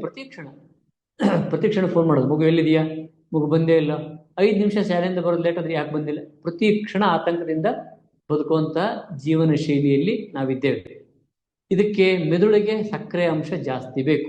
ಅದು ಏನು ಮಾಡಬೇಕು? ಮೆದುಳು ಸಕ್ಕರೆ ಜಾಸ್ತಿ ಬೇಕಂದ್ರೆ ಕೆಲವರು ತಿನ್ಬೇಕು ಅನ್ಸುತ್ತೆ ಆತಂಕ ಬಂದಾಗ. ಯಾಕಂದ್ರೆ ಅಷ್ಟು ಸಕ್ಕರೆ ಅಂಶ ಬೇಕು ಮೆದುಳಿಗೆ. ಕೆಲವ್ರಿಗೆ ಏನು ಮಾಡ್ತದೆ, ಮೆದುಳು ಇನ್ಸುಲಿನ್ ಸಕ್ರೆಷನ್ ಅನ್ನು ಕಡಿಮೆ ಮಾಡು ಅಂತ ಹೇಳ್ಬಿಡ್ತದೆ. ಸ್ವಲ್ಪ ಕಡಿಮೆ ಮಾಡು, ಇನ್ಆಕ್ಟಿವ್ ಮಾಡು, ನನಗೆ ಗ್ಲೂಕೋಸ್ ಜಾಸ್ತಿ ಬೇಕು. ಹಾಗಾಗಿ ಸಕ್ಕರೆ ಅಂಶ ಹೆಚ್ಚಾಗ್ತದೆ, ಇನ್ಸುಲಿನ್ ಕೆಲಸ ಮಾಡೋದಿಲ್ಲ, ಬೇಡ ಅಂತ ಮೆದುಳೇ ಅದನ್ನು ಆರ್ಡರ್ ಮಾಡಿರ್ತದೆ. ನನಗೆ ಆತಂಕ ಇದೆ, ನಂಗೆ ಸ್ವಲ್ಪ ಗ್ಲೂಕೋಸ್ ಅಂಶ ಜಾಸ್ತಿ ಬೇಕು, ನೀವೊಂದು ಸ್ವಲ್ಪ ಇನ್ಸುಲಿನ್ ಕಡಿಮೆ ಮಾಡುವಂತ ಯಾರಿಗೆ ಬೇಕಾದ್ರೂ ಆರ್ಡರ್ ಮಾಡ್ಬೋದು. ಮೆದುಳಿಗೆ ಆ ಕೆಪಾಸಿಟಿ ಇದೆ. ಕಾಲೆತ್ತು, ಕಾಲಿಡು, ಕಾಲೆತ್ತಬೇಡ, ಕೆಳಗಿಡು, ಇದೆಲ್ಲದನ್ನು ಹೇಳೋದು ಕೆಪಾಸಿಟಿ ಯಾವುದಕ್ಕಿದೆ? ಮೆದುಳಿಗಿದೆ. ಮೆದುಳಿನಲ್ಲಿರ್ತಕ್ಕಂತಹ ಇವು ಅಷ್ಟೇ ಕೆಲಸ, ಸ್ಪಷ್ಟ ಕೆಲಸ ಮಾಡ್ತವೆ. ಸೊ ಪ್ಯಾಂಕ್ರಿಯಾಸ್ ಹೇಳುತ್ತೆ ಮೆದುಳು ಸಕ್ಕರೆಯನ್ನ ಕಡಿಮೆ ಮಾಡುವಂತ, ಅಂದ್ರೆ ಇನ್ಸುಲಿನ್ ಕಡಿಮೆ ಮಾಡುವಂತ. ಅವಾಗೇನಾಗುತ್ತೆ? ಸಕ್ಕರೆ ಅಂಶ ಜಾಸ್ತಿ ಆಗುತ್ತೆ. ಇದನ್ನ ನಾವು ಮಧುಮೇಹ ಅಂತ ಅನ್ಕೊಂಡು ಅದನ್ನ ಟ್ರೀಟ್ ಮಾಡ್ತಾ ಹೋದ್ರೆ ಅಥವಾ ಮಾತ್ರೆ ಹಾಕೊಂಡ್ರೆ ಈ ಕಡೆ ಮೆದುಳಿಗೆ ಊಟ ಕೊಡಲ್ಲ, ಆತಂಕನೂ ಕಮ್ಮಿ ಮಾಡ್ಕೊಳ್ಳಿಲ್ಲ, ಸಕ್ಕರೆ ಕಡಿಮೆ ಮಾಡೋ ಮಾತ್ರೆನ ಬಿಡ್ಲೂ ಇಲ್ಲ. ಏನಾಗತ್ತೆ? ಕೆಲವೇ ದಿನಗಳಲ್ಲಿ ನರಗಳು ಹಾಳಾಗೋಗ್ತವೆ. ಇದು ನಾವು ಅನುಭವಿಸ್ತಕ್ಕಂತಹ ಡಯಾಬಿಟಿಕ್ ನ್ಯೂರೋಪತಿ ಅಂತ. ಹೀಗೆ ಬೇರೆ ಎಲ್ಲ ಆರ್ಗನ್ಗಳಿಗೂ ಅಪ್ಲೈ ಆಗುತ್ತೆ. ಒಂದು ಆತಂಕ ಕಾರಣ ಆದರೆ, ಎರಡನೇದು ಇವತ್ತು ಯಾವುದು ಒಳ್ಳೆ ಫುಡ್ಡು ಅಂತ ಹುಡುಕೋದು ತಿನ್ನೋದು ಇದೇ ನಮಗೆ ದೊಡ್ಡ ಕಥೆ ಆಗಿದೆ, ಹೌದಲ್ವಾ? ಸಾಕಷ್ಟು ಜನ ಪೇಷಂಟ್ ನನ್ನ ಕೇಳ್ತಾರೆ, ನನ್ನ ಮೂಳೆಗಳಿಗೆ ಏನು ತಿನ್ನಲಿ, ನನ್ನ ಕೂದಲಿಗೆ ಏನು ತಿನ್ನಲಿ, ನನ್ನ ಹೊಟ್ಟೆ ಚೆನ್ನಾಗಿರ್ಬೇಕಂದ್ರೆ ಏನು ತಿನ್ನಲಿ, ಹಾರ್ಟ್ ಚೆನ್ನಾಗಿರ್ಬೇಕಂದ್ರೆ ಏನು ತಿನ್ನಲಿ, ಬರೀ ಏನು ತಿನ್ನಲಿ ಅನ್ನೋದೇ. ಮತ್ತು ಅದಕ್ಕೆ ತಕ್ಕಂಗೆ ಸಾಕಷ್ಟು ಮಾಹಿತಿಗಳು, ಇದನ್ನ ತಿನ್ರಿ ಇದು ಸಿಗ್ತದೆ, ಇದನ್ನ ತಿನ್ರಿ ಇದು ಇರ್ತದೆ, ಇದ್ರ ಕ್ಯಾಲ್ಸಿಯಂ ಇದೆ ಮೂಳೆ ಗಟ್ಟಿ ಆಗುತ್ತೆ, ಇದ್ರಾಗ ಐರನ್ ಇದೆ ರಕ್ತ ಹೆಚ್ಚಾಗುತ್ತೆ. ಹಂಗಾಗಿದೆಯಾ ಯಾರಿಗಾದ್ರು? ಕ್ಯಾಲ್ಸಿಯಂ ಮಾತ್ರೆ ನುಂಗಿ ಮೂಳೆ ಸವೆತವನ್ನು ಪೂರ್ಣ ತಡೆದಂಥವ್ರು ಯಾರಾದರೂ ಇದ್ದಾರಾ ಇಲ್ಲಿ? ಹೇಳಿ ಒಂದು ಉದಾಹರಣೆ. ನಾನಂತೂ ನೋಡಿಲ್ಲ. ಕ್ಯಾಲ್ಸಿಯಂ ಮಾತ್ರೆ ಕೊಟ್ಟು ಮೂಳೆ ಸವೆತವನ್ನು ತಡೆಯುವಂಥದ್ದು. ಹಾಗಾದ್ರೆ ನಮ್ಮ ಆಹಾರದಲ್ಲಿ ಕ್ಯಾಲ್ಸಿಯಂ ಇಲ್ವಾ? ಸಾಕಷ್ಟಿದೆ. ಮತ್ತು ಇದ್ದು ಕೂಡ ಮೂಳೆ ಯಾಕೆ ಸವಿತಾ ಇದೆ? ಬೇರೆ ಏನೋ ಕಾರಣ ಇದೆ ಅಲ್ವಾ? ಅಂದರೆ ಅದು ಹೀರ್ಕೊಳ್ತಿಲ್ಲ ಅಂತ. ಕ್ಯಾಲ್ಸಿಯಮನ್ನು ನಮ್ಮ ಕರುಳು ಹೀರ್ಕೊಳ್ತಿಲ್ಲ ಅಂತ ಅರ್ಥ ಅಲ್ವಾ? ಅದು ಹೀರ್ಕೊಳ್ಳೋದನ್ನು ಮಾಡೋ ಬಿಟ್ಟು ಮತ್ತೊಂದಷ್ಟು ಕ್ಯಾಲ್ಸಿಯಮನ್ನೇ ಹಾಕ್ಕೊಂಡು ಮತ್ತು ಮೂಳೆ ಸವೆಯೋದೇ ನಿಲ್ಲಲ್ಲ. ಯಾಕೆಂದರೆ ಆ ಹೀರ್ಕೊಳ್ಳೋದನ್ನೇ ಮಾಡಿಲ್ಲ, ಹಾಕೊಂಡ್ರೆ ಮಾತ್ರ ಏನಾಗುತ್ತೆ? ಹೋಗುತ್ತಷ್ಟೇ ಹೊರಗೆ. ಇಂಥದ್ದು ನಾವು ಮಾಡಿರೋಂಥ ಕೆಲಸ ಏನಂದರೆ, ಒಳ್ಳೊಳ್ಳೆ ಆಹಾರವನ್ನು ತಿನ್ನೋದು. ಹುಡುಕಿ ಇದು ಒಳ್ಳೆಯದು, ಮೊಳಕೆ ಕಾಳು ಒಳ್ಳೆಯದು, ಬಾಳೆಹಣ್ಣು ಒಳ್ಳೆಯದಂತೆ, ಇದಕ್ಕೆ ಕಣ್ಣಿಗೆ ಅದು ಒಳ್ಳೆಯದಂತೆ, ಅಂದರೆ ಕಣ್ಣು ಒಳ್ಳೆಯದು ಅಂತ ಕ್ಯಾರೆಟ್ ತಿಂದು ಲಿವರ್ ಹಾಳು ಮಾಡ್ಕೊಂಡ್ಬಂದವರು ನಾನು ನೋಡಿದ್ದೀನಿ. ಹೆವಿ ಕ್ಯಾರೆಟ್ ತಿನ್ನೋದು. ನೀರು ಒಳ್ಳೆಯದು ಕುಡೀರಿ ಅಂತೇಳಿ ಸಾಕಷ್ಟು ನೀರು ಕುಡಿದು ಲಿವರ್ ಹಾಳು ಮಾಡ್ಕೊಂಡು ನೋಡಿದ್ದೀನಿ. ಹಾರ್ಟಿಗೆ ಲೋಡ್ ಆಗಿ ಲಿವರ್ ಹಾಳು ಮಾಡ್ಕೊಂಡ್ಬಂದವರು ನೋಡಿದ್ದೀನಿ. ರಿಪೇರಿನೂ ಮಾಡಿದ್ದೀನಿ. ಸೊ ಅಂದರೆ ಯಾವ್ದು ಒಳ್ಳೇದು ಅಂತ ಹುಡುಕೊಂಡು ತಿನ್ನೋದು. ಯಾವ್ದು ಒಳ್ಳೇದಾಗಿದ್ರೆ, ಯಾವ್ದು ಒಳ್ಳೇದು ಆಹಾರ, ಇದು ಬರಬೇಕು. ಯಾವ್ದು ಒಳ್ಳೆಯದು, ಯಾವ್ದು ಕೆಟ್ಟದ್ದು, ಇದನ್ನ ಫಸ್ಟ್ ತಲೆಯಿಂದ ತೆಗೆದುಹಾಕಿ. ಇದು ಒಳ್ಳೇದು, ಇದು ಕೆಟ್ಟದ್ದು, ಇದರ ಪೋಷಕಾಂಶ ಇದೆ ನೋಡಿ, ಇದರಲ್ಲಿ ಪೋಷಕಾಂಶ ಇದೆ ಅಂತ ಒಂದು ಲಿಸ್ಟ್ ಸಿಗ್ತದೆ ಅಂತ ಅನ್ಕೊಳ್ಳೋಣ. ಇದು ಯಾವುದೋ ಒಂದು ಒಂದು ವಸ್ತು, ಇದರಲ್ಲಿ ಆಹಾರದ ಧಾನ್ಯ ಇದೆ, ಆಹಾರದ ಒಂದು ವಸ್ತು ಇದೆ, ಇದರೊಳಗೆ ಬರೆದು ಬಿಟ್ಟಿದ್ದಾರೆ ಸ್ಪಷ್ಟವಾಗಿ. ಇದರಲ್ಲಿ ಇಷ್ಟು ಕೆಲವರಿಗೆ ಫುಡ್ ಇದು ಇದೆ, ಇದರ ಕಾರ್ಬೋಹೈಡ್ರೇಟ್ ಇದೆ, ಇದರಿಗೆ ಪ್ರೋಟೀನ್ ಇಷ್ಟಿದೆ, ಇದ್ರಾಗೆಲ್ಲ ಇದೆ, ಇದ್ರ ಇಂಥದ್ದಿದೆ ಅಂತೆಲ್ಲ ಬರೆದು ಬಿಟ್ಟಿದ್ದಾರೆ. ಅದರಲ್ಲಿ ಇದೆ ಅಂತ ಅರ್ಥ. ಅದು ಸಿಕ್ಕಿದೆ ಅಂತನಾ, ನಮಗೆ ಸಿಗುತ್ತೆ ಅಂತನಾ? ಅದ್ರಾಗೇನು ಬರಲ್ಲ. ನಾನು ಗ್ಯಾರಂಟಿ ಕೊಡ್ತೀನಿ ಇದರಲ್ಲಿ ಇರೋದು ನಿಮಗೆ ಸಿಕ್ಕೇ ಸಿಗುತ್ತೆ ಅಂತ ಗ್ಯಾರಂಟಿ ಕೊಡ್ತೀನಿ ಅಂತ ಎಲ್ಲೂ ಅವರು ಮೆನ್ಷನ್ ಮಾಡಲ್ಲ. ಯಾಕೆ ಅಂದರೆ ಅದು ಅಲ್ಲ, ಹಾಗಿಲ್ಲ. ಇದರಲ್ಲಿರೋದು ನಿಮಗೆ ಸಿಗ್ತದೆ ಅನ್ನೋಂಥ ಗ್ಯಾರಂಟಿನ ಯಾರು ಕೊಡಲ್ಲ, ಅದ್ರಾಗ ಇದೆ ಅಂತ ಅರ್ಥ. ಹಾಗಾಗಿ ನಾವು ಈಗ ಊಟ ಮಾಡ್ತಕ್ಕಂಥ ಆಹಾರದಲ್ಲಿ ಎಲ್ಲದೂ ಇದೆ, ಆದರೆ ಅದು ಸಿಗ್ತದ ಅಂದರೆ ಗೊತ್ತಿಲ್ಲ, ಅದು ಸಿಗಲ್ಲ. ಹಾಗಾಗಿ ಇಂಥ ಹೆಚ್ಚಿನ ಪೋಷಕಾಂಶಗಳನ್ನು ತಿಂದು ನಮ್ಮ ಲಿವರ್ಗೂ ಮತ್ತು ಪ್ಯಾಂಕ್ರಿಯಾಸಿಗೆ ಎಷ್ಟು ಲೋಡ್ ಕೊಟ್ಟಿದ್ದೀವಿ ಅಂದರೆ, ಅವುಗಳು ಎರಡರ ಕೆಲಸ ಏನು ಗೊತ್ತಾ? ಈಗ ಫ್ಯಾಟಿ ಲಿವರ್ ನೋಡ್ತೀರಿ, ಅದ್ರ ಕೆಲಸ ಏನು? ಲಿವರ್ದು ಏನು ಕೆಲಸ ಅಂದರೆ, ಫ್ಯಾಟಿ ಲಿವರ್ ಅಂತ ಡಿಸೀಸ್ ಬಂದಿದ್ದಾರೆ ಸಾಕಷ್ಟು ಜನರಿಗೆ. ಒಳ್ಳೊಳ್ಳೆದನ್ನು ತಿನ್ನೋದು, ಲಿವರ್ ಅನ್ನು ತಗೊಂಡು ಮಾಡೋದನ್ನ ಯೂಸ್ ಮಾಡ್ತದೆ, ಉಳಿದದ್ದನ್ನು ಸ್ಟೋರ್ ಮಾಡ್ತದೆ, ಉಪಯೋಗಕ್ಕೆ ಮಾಡ್ತದೆ ಮತ್ತು ಸ್ಟೋರ್ ಮಾಡ್ತದೆ. ಸೊ ಈ ಸ್ಟೋರ್ ಎಷ್ಟಂತ ಮಾಡಬೇಕದು ಬಾಡಿ ಒಳಗೆ? ಒಂದು ಕೆಪಾಸಿಟಿ ಇರ್ತದಲ್ಲ, ಆ ಓವರ್ ಸ್ಟೋರ್ ಆದಮೇಲೆ ಉಳಿದಿರ್ತಕ್ಕಂಥದ್ದೇ ಗ್ಲೂಕೋಸ್, ಅದು ಸಕ್ಕರೆ. ಇಷ್ಟು ಸಕ್ಕರೆ ಅಂಶ ಹೆಚ್ಚಾಗಿ ಮಾಡ್ಕೊಂಡಿರೋದಕ್ಕೆ ಕಾರಣ ಓವರ್ ಸ್ಟೋರೇಜ್. ಅಗತ್ಯಕ್ಕಿಂತ ಹೆಚ್ಚು ಜೀವಕೋಶಗಳಲ್ಲಿ ಸ್ಟೋರ್ ಆಗುತ್ತೆ. ಅದು ಯಾವ ರೂಪದಲ್ಲಿ ಸ್ಟೋರ್ ಆಗುತ್ತೆ? ಕೊಬ್ಬಿನ ಅಂಶದಲ್ಲಿ, ಕೊಬ್ಬಿನ ರೂಪದಲ್ಲಿ ಸ್ಟೋರ್ ಆಗುತ್ತೆ. ನೀವು ಏನಾದ್ರು ತಿಂದ್ಕೊಳ್ಳಿ, ನೀರು ಕುಡ್ಕೊಳ್ರಿ, ಅನ್ನ ಉಣ್ರಿ, ಚಪಾತಿ ತಿನ್ನಿರಿ, ರೊಟ್ಟಿ ತಿನ್ನಿರಿ, ಮುದ್ದೆ ತಿನ್ನಿರಿ, ಕಸ ಅಂದರೆ ನಾನು ಜಂಕ್ ಫುಡ್ಗಳಿಗೆ ಕಸ ಅಂತ ಕರಿತೀನಿ, ಏನು ಅನ್ಕೋಬೇಡಿ, ಕಸಗಳಂತ ತಿನ್ನಿರಿ, ಏನಾದ್ರು ತಿಂದ್ಕೊಳ್ಳಿ, ಅದು ಸ್ಟೋರ್ ಆಗೋದು ಫ್ಯಾಟ್ ರೂಪದಲ್ಲಿ, ಕೊಬ್ಬಿನ ರೂಪದಲ್ಲಿ ಶರೀರದಲ್ಲಿ ಸ್ಟೋರ್ ಮಾಡುತ್ತೆ ಲಿವರ್. ಲಿವರ್ ಹತ್ರನೂ ಕೊಬ್ಬಿದೆ, ಎಲ್ಲ ಕಡೆಗೂ ಸ್ಟೋರ್ ಆಗಿದೆ. ಇದು ನಾರ್ಮಲ್, ಇದು ಅಬ್ನಾರ್ಮಲ್ ಅಲ್ಲ, ಇದು ನಾರ್ಮಲ್ ಬೇಕು. ಒಂದು ವೇಳೆ ಸ್ಟೋರ್ ಮಾಡಲಿಲ್ಲ ಅಂದರೆ ನಾವು ಸತ್ತೋಗ್ಬಿಡ್ತೀವಿ. ಆ ಸ್ಟೋರ್ ಆಗಿರೋಂಥದ್ದು ಏನು ಮಾಡುತ್ತೆ, ನಾವು ಯಾವತ್ತಾದರೂ ಊಟ ಲೇಟ್ ಆದರೆ ಇಮಿಡಿಯೇಟಾಗಿ ಅದನ್ನು ಟರ್ನ್ ಮಾಡಿ ಗ್ಲೂಕೋಸನ್ನು ಬಿಟ್ಕೊಡ್ತದೆ. ಆವಾಗ ನಮಗೇನು ಶಕ್ತಿ ಕಮ್ಮಿ ಅಂತ ಅನ್ಸಲ್ಲ, ಆರಾಮಾಗಿ ನಮ್ಮ ಕೆಲಸ ನಾವು ಮಾಡ್ಕೋತೀವಿ, ಆರಾಮಾಗಿ ಜೀವನ ನಡ್ಕೊಂಡು ಹೋಗ್ತದೆ. ಊಟ ಸಿಕ್ಕ ಮತ್ತೆ ಊಟ ಮಾಡ್ತೀವಿ. ಯಾವುದೋ ಕಾಯಿಲೆ ಬಂತು, ಆವಾಗ ಸ್ಟೋರ್ ಆಗಿರೋಂಥದ್ದು ಹೊರಗೆ ಬಂದ್ಬಿಟ್ಟು ಗ್ಲೂಕೋಸನ್ನು ಹೆಚ್ಚು ಮಾಡಿ, ಮತ್ತೆ ಬರೀ ಗ್ಲೂಕೋಸ್ ಅಲ್ಲಿ ಬೇರೆ ಬೇರೆ ಅಂಶಗಳನ್ನ ಹೆಚ್ಚು ಮಾಡಿ ಅದನ್ನ ಸರಿ ಮಾಡ್ಕೋತದೆ.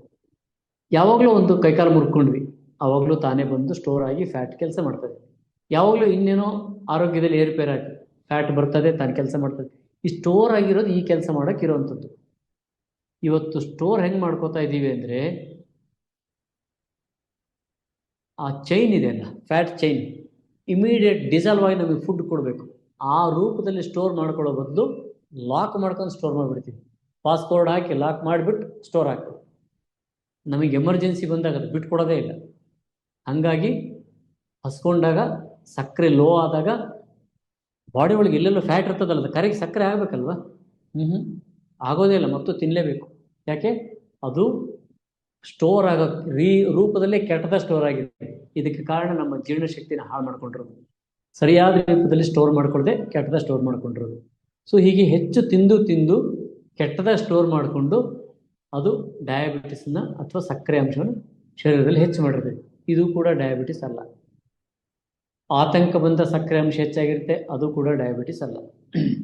ಯಾವುದೋ ಒಂದು ರೋಗ ಬಂತು, ಜ್ವರ ಇರ್ಬೋದು, ಶೀತ, ನೆಗಡಿ, ಕೆಮ್ಮು, ಇನ್ಫೆಕ್ಷನ್, ಇನ್ನೊಂದು ಮತ್ತೊಂದೇನೋ ಬಂತು, ಆವಾಗಲೂ ಕೂಡ ರಕ್ತದ ಸಕ್ಕರೆ ಅಂಶ ಹೆಚ್ಚಾಗ್ತದೆ. ಅವತ್ತು ಹೋಗಿ ಆಕ್ಸಿಡೆಂಟಲಿ ಚೆಕ್ ಮಾಡ್ಕೊಂಡವರು ಹಣೆ ಬರ ಕೆಟ್ಟ ಅಂತ ಅರ್ಥ. ಯಾಕಂದರೆ ಡಯಾಬಿಟಿಸ್ ಅಂತ ಒಂದು ಲೇಬಲ್ ಹಾಕ್ಕೊಂಡು ಬಂದ್ಬಿಡ್ತೀವಿ ಹಾಸ್ಪಿಟ್ಲಿಂದ. ಇದು ಬಹಳ ತೊಂದರೆ ಕೊಡೋದು. ಯಾವುದೋ ಕಾಯಿಲೆ ಇದ್ದಾಗ ನಾವು ಸಕ್ಕರೆ ಅಂಶವನ್ನು ಚೆಕ್ ಮಾಡಿಕೊಂಡು ಇದನ್ನ ಹಿಂದೆ ಬೀಳಬಾರ್ದು. ಇಲ್ಲ ಡಾಕ್ಟ್ರೆ, ನಾನು HbA1c ಟೆಸ್ಟ್ ಮಾಡಿದ್ದೀನಿ, ಅದು 3 ತಿಂಗಳು ಅವರೇಜ್. ಮಿತ್ ಅದು ಮತ್ತೊಂದು. ಇನ್ನೊಂದು ಮಿತ್, ಅದನ್ನು ಬೇರೆ ಥರನೇ ಕ್ಯಾಲ್ಕುಲೇಷನ್ ಇದೆ, ಅದು ಇನ್ನೊಂದು ಮಿತ್. ಅದನ್ನ ಇಟ್ಕೊಂಡು ಕೂತ್ಕೊಳ್ಳೋದು. 3 ತಿಂಗಳಿಗೆ ಅವರೇಜ್ ನೋಡ್ತಾ ಇದ್ದೀವಿ ನಾವು, 3 ತಿಂಗಳು ಇಷ್ಟೇ ಇತ್ತು ಅಂತ. ಅದು ಇನ್ನೊಂದು ಕಾರಣ. ಸೊ ಈ ಕಾರಣಗಳು ಬೇರೆ ಬೇರೆ ಇದ್ದಾವೆ ಅಂತ ಆಯ್ತು. ಸಕ್ಕರೆ ಅಂಶ ಹೆಚ್ಚಾಗಲಿಕ್ಕೆ ಬೇರೆ ಬೇರೆ ಕಾರಣಗಳಿದ್ದಾವೆ ಅಂತ ಆಯ್ತು. ಸೊ ಈ ಕಾರಣಗಳನ್ನು ಸರಿಪಡಿಸ್ಕೊಳ್ಳೋ ಬದಲು ನನಗೆ ಡಯಾಬಿಟಿಸ್ ಇದೆ ಅಂತ ಮೆಡಿಸಿನ್ ತೊಗೊಳಕ್ಕೆ ಹೋಗಿ ಈ ಕಡೆ ಸಕ್ಕರೆ ಅಂಶ ಹೆಚ್ಚಾಗಿರೋ ಕಾರಣವನ್ನು ಕೈ ಬಿಡಲಿಲ್ಲ, ಆ ಕಡೆ ಮಧುಮೇಹದ ಮಾತ್ರೆಗಳನ್ನು ನಾವು ಬಿಡಲಿಲ್ಲ. ಎರಡರೂ ಜುಗಲ್ ಬಂದೀಲಿ ಈ ಶರೀರ ಅನ್ನೋದು ನುಗ್ಗೆ ಕಟ್ಟಿಗೆ ಹಂಗೆ ಟೊಳ್ಳಾಗಿ ಹೋಗ್ತದೆ. ಇದನ್ನು ಅನುಭವಿಸ್ತಾ ಇದ್ದಾರೆ. ಲೈಂಗಿಕ ಶಕ್ತಿ ಅಟ್ಟರ್ ಹಾಳಾಗಿ ಹೋಗ್ತದೆ. ಡಯಾಬಿಟಿಸ್, ನನಗೆ ಸೆಕ್ಷುವಲ್ ಕೆಪಾಸಿಟಿ ಇಲ್ಲ, ನನಗೆ ಎರೆಕ್ಷನ್ ಡಿಸ್ಫಂಕ್ಷನ್ ಇದೆ, ನಾನು ಇಷ್ಟು ದೂರ ನಡೆದ್ರೆ ಆಯಾಸ ಆಗ್ತದೆ, ನನಗೆ ಮೊದಲಿನ ಥರ ಉತ್ಸಾಹನೇ ಇಲ್ಲ, ಇವೆಲ್ಲ ಮಾತ್ರೆಗಳಿಂದ ಆಗಿರ್ತಕ್ಕಂತಹ ಇದನ್ನು ಸೈಡ್ ಎಫೆಕ್ಟ್ ಅಂತ ಬೇಡ್ರಿ, ಎಫೆಕ್ಟ್ ಇದೆ. ಮಾತ್ರೆಗಳು ಕೊಟ್ಟಿರೋದೇ ಅದಕ್ಕೆ, ಅದರದ್ದೇ ಎಫೆಕ್ಟು. ಜೀವಕ್ಕೆ ಬೇಕಾಗಿರ್ತಕ್ಕಂಥ ಗ್ಲೂಕೋಸನ್ನೇ ನಾವು ತೆಗೆದುಹಾಕಿ ನನಗೆ ಸುಸ್ತಾಗ್ತದೆ ಅಂದರೆ ಖಂಡಿತ ಸುಸ್ತಾಗ್ತದೆ. ನಮ್ಮ ರೇಂಜ್ ಏನೋ ಬೇರೆಯೇ ಇದೆ. ಸೊ ಹಾಗಾಗಿ ಈ ಏನು ಸಕ್ಕರೆ ಅಂಶ ಇದೆಯಲ್ಲ, ಇದನ್ನು ನಾವು ಹೀಗೆ ನೋಡಬೇಕು. ಒಬ್ಬ ನಿಜವಾದ ಆಯುರ್ವೇದ ವೈದ್ಯ ಮಧುಮೇಹ ಈ ಸಕ್ಕರೆಯನ್ನು ಹೇಗೆ ನೋಡ್ತಾನೆ, ಅದನ್ನ ಕಣ್ಣಿಗೆ ಹೆಂಗೆ ಕಾಣ್ತದೆ. ಮತ್ತು ನೀವು ಸಕ್ಕರೆ ಮಧುಮೇಹ ಇರೋವಂಥವ್ರು ಆಯುರ್ವೇದ ಡಾಕ್ಟರ್ ಹತ್ರ ಹೋದಾಗ ಏನನ್ನು ನಿರೀಕ್ಷೆ ಮಾಡಬೇಕು? ಅಲೋಪತಿ ಹತ್ರ ಹೋದಾಗ ಇವತ್ತು ಇಂಜೆಕ್ಟ್ ಮಾತ್ರೆ ಕೊಟ್ಟ ತಕ್ಷಣ ಶುಗರ್ ಕಮ್ಮಿ ಆಗ್ಬಿಡ್ತು, ನನ್ನ ರಿಪೋರ್ಟ್ ನಾರ್ಮಲ್ ಆಯಿತು, ನೀವು ಆರಾಮಾಗಿದ್ದೀರಾ? ಖಂಡಿತ ಇಲ್ಲ. ಅದೇ ಆಯುರ್ವೇದ ಡಾಕ್ಟರ್ ಹತ್ರ ಹೋಗಿ ಔಷಧಿ ತೊಗೊಂಡಾದ್ಮೇಲೆ 1 ತಿಂಗಳಲ್ಲಿ ನೀವು ಆರಾಮಿರ್ತೀರಾ, ನನಗೆ ಸಕ್ಕರೆ ಅಂಶ ಕಮ್ಮಿ ಆಗಲಿಲ್ಲ ಅಂತ ಬಡ್ಕೋತೀರ. ಇದು ಸಮಸ್ಯೆ ಆಗುತ್ತೆ. ಇದು ಆಯುರ್ವೇದ ವೈದ್ಯ ಇದನ್ನು ಹೆಂಗೆ ನೋಡ್ತಾನೆ ಅಂದರೆ, ನಿಜವಾದ ಆಯುರ್ವೇದ ವೈದ್ಯ ಹೆಂಗೆ ನೋಡ್ತಾನೆ ಅಂದರೆ, ಆ ಟೆಕ್ಸ್ಟ್, ನಾನು ಏನು ಹೇಳ್ತಾ ಹೋದಲ್ಲ ಕಾರಣಗಳನ್ನ, ಆ ಟೆಕ್ಸ್ಟಿಂದ ನೋಡ್ಕೊತ ಹೋಗ್ತಾನೆ. ನೋಡಿ, ಯಾರಾದರೂ ಆಯುರ್ವೇದ ವೈದ್ಯರು ನೀನು ಏನು ಊಟ ಮಾಡ್ತೀಯಾ, ಯಾಕೆ ನಿನಗೆ ಸಕ್ಕರೆ ಅಂಶ ಹೆಚ್ಚಾಗ್ತಾ ಇದೆ ಅನ್ನೋ ಪ್ರಶ್ನೆಗಳನ್ನ ಕೇಳಲಿಲ್ಲ ಅಂದರೆ ಅವರು ಆಯುರ್ವೇದ ವೈದ್ಯರು ಅಲ್ಲ, ವೈದ್ಯರಷ್ಟೇ. ನಾನು ಸಕ್ಕರೆ ಕಮ್ಮಿ ಮಾಡೋದಕ್ಕೆ ನಾನು ಇಂಗ್ಲೀಷ್ ಮೆಡಿಸಿನ್ ಬದಲು ಆಯುರ್ವೇದ ಮೆಡಿಸಿನ್ ಕೊಡ್ತೀನಿ ಅಂತ ಆಯುರ್ವೇದ ಮೆಡಿಸಿನ್ ಕೊಡೋಕೆ ಕೂತ್ಕೊಂಡಿರುವಂಥದ್ದು ಸೈನ್ಸ್ ಅಲ್ಲ, ಕೇವಲ ಔಷಧಿ ಕೊಡುವಂಥ ಸೈನ್ಸ್ ಅಲ್ಲ. ಇದು ಕರ್ಮಕ್ಕೆ ಏನಾಗಿದೆ ಅಂದರೆ, ಸಕ್ಕರೆ ಅಂಶ ನಿಯಂತ್ರಣ ಮಾಡುವಂತಹ ಆಯುರ್ವೇದ ಹರ್ಬಲ್ ಡ್ರಗ್ಸನ್ನು ರಿಸರ್ಚ್ ಮಾಡಿ ಈ ಡ್ರಗ್ಗಳು ಸಕ್ಕರೆಯನ್ನು ನಿಯಂತ್ರಣ ಮಾಡ್ತವೆ, ಹಂಗಾಗಿ ಇವು ಮಧುಮೇಹದಲ್ಲಿ ಕೊಡ್ಬೋದು ಅಂತ ರಿಸರ್ಚ್ ಮಾಡಿ ಹಾಕಿದ್ದಾರೆ. ಅಂಥವನ್ನೇ ಆಯುರ್ವೇದ ಡಾಕ್ಟರ್ ಬರಿತಾ ಇದ್ದಾರೆ, ಎಲ್ಲರೂ ಬರಿತಾ ಇದ್ದಾರಂತೆ. ಸೊ ಅಂತವ್ನು ಬರ್ಕೊಂಡು ನಾವು ಸಕ್ಕರೆ ಅಂಶ ಕಮ್ಮಿ ಮಾಡ್ಕೊಂಡ್ರೆ ಮತ್ತು ಅದೇ ಎಫೆಕ್ಟೇ ಆಗುತ್ತೆ, ಬ್ಯಾಡ್ ಎಫೆಕ್ಟೇ. ಏನೇನಾಯ್ತು ಅದೇ ಬ್ಯಾಡ್ ಎಫೆಕ್ಟ್. ಒಬ್ಬ ಡಾಕ್ಟರ್ ಹತ್ರ ಬಂದಾಗ ನಿನ್ನ ಸಕ್ಕರೆ ಅಂಶ ಹೆಚ್ಚಾಕಾಯ್ತು ಅಂತ ಪ್ರಶ್ನೆನೇ ಕೇಳೋದಿಲ್ಲಲ್ವಾ? ಹೋಗಿ ನೋಡಿ ರಿಪೋರ್ಟ್ ನೋಡೋದು, ಜಾಸ್ತಿ ಆಗಿದೆ ಸಕ್ಕರೆ, ಸ್ವಲ್ಪ ಚೆನ್ನಾಗಿ ಸರಿ ಇಟ್ಕೋಬೇಕ್ರಿ, ಈ ಮಾತ್ರೆ ಬೇಡ ಹೊಸ ಮಾತ್ರೆ ಬರ್ತೀರಿ, ಬೆಳಗ್ಗೆ ರಾತ್ರಿ ತಗೊಳ್ಳಿ, ಇದನ್ನ ಮುಂದಿನ ತಿಂಗಳು ಬನ್ನಿ, ಮುಗೀತು. ಇಷ್ಟೇ ಕನ್ಸಲ್ಟೇಷನ್, ಹೌದಾ ಅಲ್ವಾ? ರಿಪೋರ್ಟ್ ನೋಡಿದ್ರೆ ನಿಮ್ಮನ್ನು ಯಾಕೆ ಹೆಚ್ಚಾಯ್ತಪ್ಪ ಅಂತ ಕೇಳಲ್ಲ. ಇದೊಂದು ಚಿಕಿತ್ಸೆ ಅಂತ ಹೇಗಾದ್ರೂ ಅನ್ಸುತ್ತೆ? ಓಕೆ, ನೀವು ಆಯುರ್ವೇದ ವೈದ್ಯರ ಹತ್ರ ಬಂದಾಗ ಯಾವ ಹಂತದಲ್ಲಿ ಬರ್ತೀರಿ? ಮೊದಲಿಗೆ ಫಸ್ಟ್ ಡಯಾಬಿಟಿಸ್ ಅಂತ ನಿಮಗೆ ಗೊತ್ತಾದಾಗ ಆಯುರ್ವೇದ ಡಾಕ್ಟರ್ ಹತ್ರ ಬಂದರೆ 80 ಜನರನ್ನ ನೀವು ಡಯಾಬಿಟಿಸ್ ಅಲ್ಲ ಅಂತ ಡಿಕ್ಲೇರ್ ಮಾಡಿ ಕಳಿಸ್ತಾರೆ ಆಯುರ್ವೇದ ಡಾಕ್ಟರ್. ಇನ್ನು 20 ಜನರಿಗೆ ಹೌದು ಇದು ಡಯಾಬಿಟಿಸ್, ಇದನ್ನ ಹಿಂಗೆ ಮೇಂಟೈನ್ ಮಾಡಬೇಕು ಅಂತ ಹೇಳಿ ಅವ್ರು ಯಾವುದೇ ಆರ್ಗನ್ಗಳು ಹಾಳಾಗದಂಗೆ ನೋಡ್ಕೋತಾರೆ ಆಯುರ್ವೇದ ಡಾಕ್ಟರ್. ಅವಾಗ ಬರೋದಿಲ್ಲ, ಅಲ್ಲಿ ಇಲ್ಲಿ ಎಲ್ಲ ಚಿಕಿತ್ಸೆ ಮುಗಿಸಿ ಎಲ್ಲೂ ಕಂಟ್ರೋಲ್ ಆಗಲಿ. ನಾನು ಡಯಾಬಿಟಿಸಿಗೆ ಬಂದಿರ್ತಾರಲ್ಲ, ಮೊದಲನೇ ಲಕ್ಷಣ ಅವ್ರು ಏನು ಗೊತ್ತಾ ಸರ್, ನನಗೆ ಕಂಟ್ರೋಲೇ ಬರ್ತಿಲ್ಲ, ನಾನು ಎಷ್ಟು ಕೇಸ್ ಇಟ್ಟಿದ್ದು ನನ್ನ ಹತ್ರ ನೋಡ್ತೀನಿ, uncontrolled sugar, uncontrolled blood sugar, uncontrolled ಅಂತಾನೇ ಬರ್ತಾರೆ ಹೊರತು ಫಸ್ಟ್ ಬಂದು ಬರ್ರಿ ಏನಾದ್ರು ಮಾಡ್ತೀರಾ ಅಂತ ಬರೋದೇ ಗೊತ್ತಿಲ್ಲ. ಹಾಗಾಗಿ ಮೊಟ್ಟ ಮೊದಲನೇದಾಗಿ ಸಕ್ಕರೆ ಅಂಶ ಹೆಚ್ಚಾಯ್ತು, ನಿಮ್ಗೆ ಆತಂಕ ಇತ್ತು ಅಂದರೆ ಮೊದಲು ಆತಂಕ ಪಡಬೇಡಿ, ಗೂಗಲಲ್ಲಿ ಹುಡುಕ್ಬೇಡಿ, ಶುದ್ಧವಾದ ಆಯುರ್ವೇದ ಡಾಕ್ಟರ್ ಹತ್ರ ಹೋಗಿ, ಇದು ಡಯಾಬಿಟಿಸ್ ನನಗೆ ಹಿಂಗೆ ಹೆಚ್ಚಾಗಿದೆ, ಇದು ಡಯಾಬಿಟಿಸ್ ಹೌದಾ ಅಲ್ಲ ಅಂತ ಒಂದು ಸ್ವಲ್ಪ ಹೇಳಿ. ಅವ್ರು ನಿಜವಾಗ್ಲೂ ಅನಾಲಿಸಿಸ್ ಮಾಡಿ ಹೌದಾ ಅಥವಾ ಅಲ್ವಾ ಅಂತ ಹೇಳ್ತಾರೆ. ಅಲ್ಲಿ ತಲೆಯಿಂದ ತೆಗೆದಾಕಿ ಹೌದಾಗಿದ್ರೆ ಹೌದು ಅಂತ ಹೇಳ್ತಾರೆ, ಅಲ್ಲಾಗಿದ್ರೆ ಅಲ್ಲ ಅಂತ ಹೇಳ್ತಾರೆ, ಏನು ಮಾಡ್ಬೇಕು ಪರಿಹಾರ ಅಂತ ಹೇಳ್ತಾರೆ. ಅಲ್ಲಿಗೆ ಕ್ಲಿಯರ್, ಡಯಾಬಿಟಿಸ್ ಅಲ್ಲ ಅಂತ ಖುಷಿಯಿಂದ ನಾವು ಬರ್ತೀರಾ, ಜೀವನ ಪೂರ್ತಿ ಖುಷಿಯಾಗಿರ್ತೀವಿ. ಬಂದಾಗ ಆಯುರ್ವೇದ ವೈದ್ಯರು ಏನನ್ನ ನೋಡ್ತಾರೆ ಅಂದರೆ ಯಾಕೆ ಹೆಚ್ಚಾಯಿತು ಅಂತ ಮೊದಲೇ ಪ್ರಶ್ನೆ. ನಮ್ಮಲ್ಲಿ ಬಂದ್ರಂತೂ ನಮ್ಮಲ್ಲಿ ಒಂದು 7-8 ಜನ ಡಾಕ್ಟರ್ ಇದ್ದೀವಿ. ಡಾಕ್ಟರ್ ಸುಮತಿ ಇದ್ದಾರೆ, ಡಾಕ್ಟರ್ ನವೀನ್ ಶರ್ಮಾ ಇದ್ದಾರೆ, ಡಾಕ್ಟರ್ ಅಖಿಲ್ ವ್ಯಾಸ್ ಇದ್ದಾರೆ, ಡಾಕ್ಟರ್ ಬಬಿತಾ ಇದ್ದಾರೆ, ಡಾಕ್ಟರ್ ಶಿವಲೀಲಾ ಇದ್ದಾರೆ, ಡಾಕ್ಟರ್ ಶಿವಕುಮಾರ್ ತೊಗರ್ಸಿ ಇದ್ದಾರೆ, ಡಾಕ್ಟರ್ ಭಾವನಾ ಇದ್ದಾರೆ, ಡಾಕ್ಟರ್ ವಿನಯ್ ಇದ್ದಾರೆ, ಡಾಕ್ಟರ್ ವಿದ್ಯಾ ಇದ್ದಾರೆ. ಇಷ್ಟು ಜನರಿಗೂ ನಾವು ಟ್ರೈನಿಂಗ್ ಏನಪ್ಪ ಮಾಡಿರೋದು? ಇಷ್ಟು ಜನ, ನೀವು ಇಷ್ಟು ಜನರ ಹತ್ರ ಯಾರ ಹತ್ರ ಹೋದ್ರು ಅವ್ರಿಗೆ ಏನು ಟ್ರೈನಿಂಗ್ ಮಾಡಿರೋದು ಅಂದರೆ ಯಾಕೆ ಸಕ್ಕರೆ ಅಂಶ ಹೆಚ್ಚಾಯ್ತು ಅಂತ ಮೊದಲು ಕೇಳ್ತಾರೆ. ಏನು ಊಟ ಮಾಡ್ತೀರಿ ಡೈಲಿ, ಜೀವನ ಶೈಲಿ ಹೆಂಗಿದೆ, ಇದನ್ನು ತಿನ್ನಬಾರ್ದಲ್ವಾ, ಈ ಥರ ತಿಂದರೆ ಬರ್ತದಲ್ವಾ, ಹೀಗೆಲ್ಲ ಪ್ರಶ್ನೆ ಕೇಳಿಕೊಂಡು ಅದನ್ನು ಸ್ಪಷ್ಟ ಆಗೋ ರೀತಿಲಿ ಅದನ್ನು ಮನಮುಟ್ಟಿಸ್ತಾರೆ. ಹೌದಲ್ವಾ, ಇದರಿಂದ ಸಕ್ಕರೆ ಅಂಶ ಹೆಚ್ಚಾಗುತ್ತಾ ಆಗಲ್ವಾ? ಇಮಿಡಿಯೇಟಾಗಿ ನಮ್ಮಲ್ಲಿ ಕೇಳೋ ಪ್ರಶ್ನೆ ಏನು ಕೇಳ್ತಾರೆ, ಗೋಧಿ ಚಪಾತಿ ತಿಂತೀನಿ ಡಾಕ್ಟ್ರೆ ಅನ್ನೋರಿಗೆ. ಹೌದು, ಒಂದು 20-30 ವರ್ಷದಿಂದ ಗೋಧಿನ ತಿಂತಾನೇ ಬಂದಿದ್ದೀವಿ, ಜಗತ್ತೆಲ್ಲ ತಿಂತಾ ಇದೆ. ಒಂದು ರಿಸಲ್ಟ್ ನೋಡ್ಬೇಕಲ್ವಾ, ಎಂಡ್ ರಿಸಲ್ಟ್ ಆಗಿ ಡಯಾಬಿಟಿಸ್ ಕಮ್ಮಿ ಆಗಿದೆಯಾ ಜಗತ್ತಲ್ಲಿ? ಇಲ್ಲ. ಹೊಸದಾಗಿ ಬರೋದೇನಾರು ನಿಂತಿದೆಯಾ? ಇಲ್ಲ. ಮತ್ತೆ 40 ವರ್ಷದಿಂದ ಎಲ್ಲರೂ ಮನೆಯಲ್ಲಿ ಚಪಾತಿಗಳು ರೆಡಿ ಆಗ್ತಾನೆ ಇದ್ದಾವೆ, ತಿಂತಾನೆ ಇದ್ದೀವಿ. ಹಾಗಾದ್ರೆ ಚಪಾತಿಗೂ ನಿಮ್ಮ ಡಯಾಬಿಟಿಸ್ಗೂ ಸಂಬಂಧ ಇಲ್ಲ, ಚಪಾತಿ ಡಯಾಬಿಟಿಸಿನ ನಿಯಂತ್ರಣ ಮಾಡೇ ಇಲ್ಲ, ಹೌದಾ ಅಲ್ವಾ? ಹೌದು, ಮಾಡಿದ್ರೆ ಜಗತ್ತಲ್ಲಿ ಕಮ್ಮಿ ಆಗಬೇಕಿತ್ತು, ಹೆಚ್ಚಾಗಿದೆ.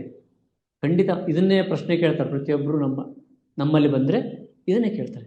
ಯಾಕೆ ಚಪಾತಿ ತಿನ್ನಬೇಡಿ, ಫಸ್ಟು ಚಪಾತಿ ಏನಾರು ತಿಂದರೆ, ಶುಗರ್ ಹೆಚ್ಚಾಗಿದೆ ಅಂತ ಚಪಾತಿ ತಿಂದರೆ ಪರ್ಮನೆಂಟ್ ಡಯಾಬಿಟಿಸ್ ಮಾಡಾಕತ್ತೆ.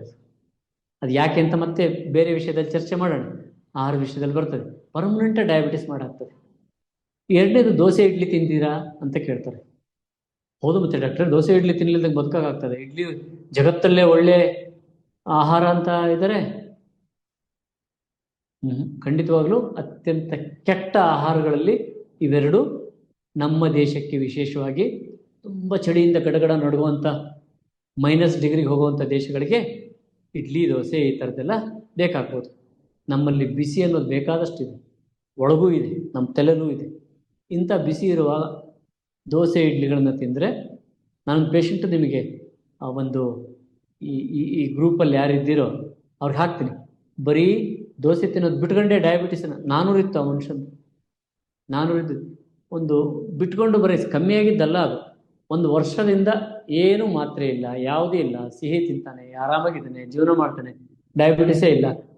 ಬರೀ ದೋಸೆ ಇಡ್ಲಿ ಬಿಡಿಸಿ ಆರಾಮಾಗಿಬಿಟ್ರಲ್ಲ ಡಾಕ್ಟ್ರೆ ಅಂತಲೂ ಕೇಳ್ತಾನೆ. ಸೊ ಅದನ್ನೊಂದು ಸಣ್ಣ ವಿಡಿಯೋ ಇದೆ, ಅದನ್ನು ಹಾಕ್ತೀನಿ, ಬಿಟ್ಟದ್ದು ಒಂದು 2-3 ನಿಮಿಷ ಇರ್ಬೋದು, ಅದನ್ನು ಹಾಕ್ತೀನಿ, ನೋಡ್ಕೊಳ್ಳಿ. ಆಮೇಲೆ ಸೊ ಅಂದರೆ ಈ ಥರ ಕೇಳಬೇಕು. ಆಮೇಲೆ ಮುಂದೇನು ಮಾಡ್ತೀವಿ ನಾವು ಹಾಗಿದ್ರೆ, ಇಷ್ಟನ್ನು ಕೇಳಿ ಇವ್ನು ಬಿಡಿ ಅಂತ ಹೇಳಿ ಕಳಿಸಿರ್ತೀವಿ. ಒಬ್ಬೊಬ್ರಿಗೆ 6 ತಿಂಗಳು ಬೇಕು ಇದನ್ನು ಬಿಡೋಕ್ಕೆ. ಇದು ಕಷ್ಟ ಆಗ್ತದೆ ಬಿಡೋಕ್ಕೆ ಅಂತ ಅಲ್ಲ ಅದರ ಅರ್ಥ. ಅವ್ರಿಗೆ ಅನುಮಾನ ಏನಾಗ್ತದೆ.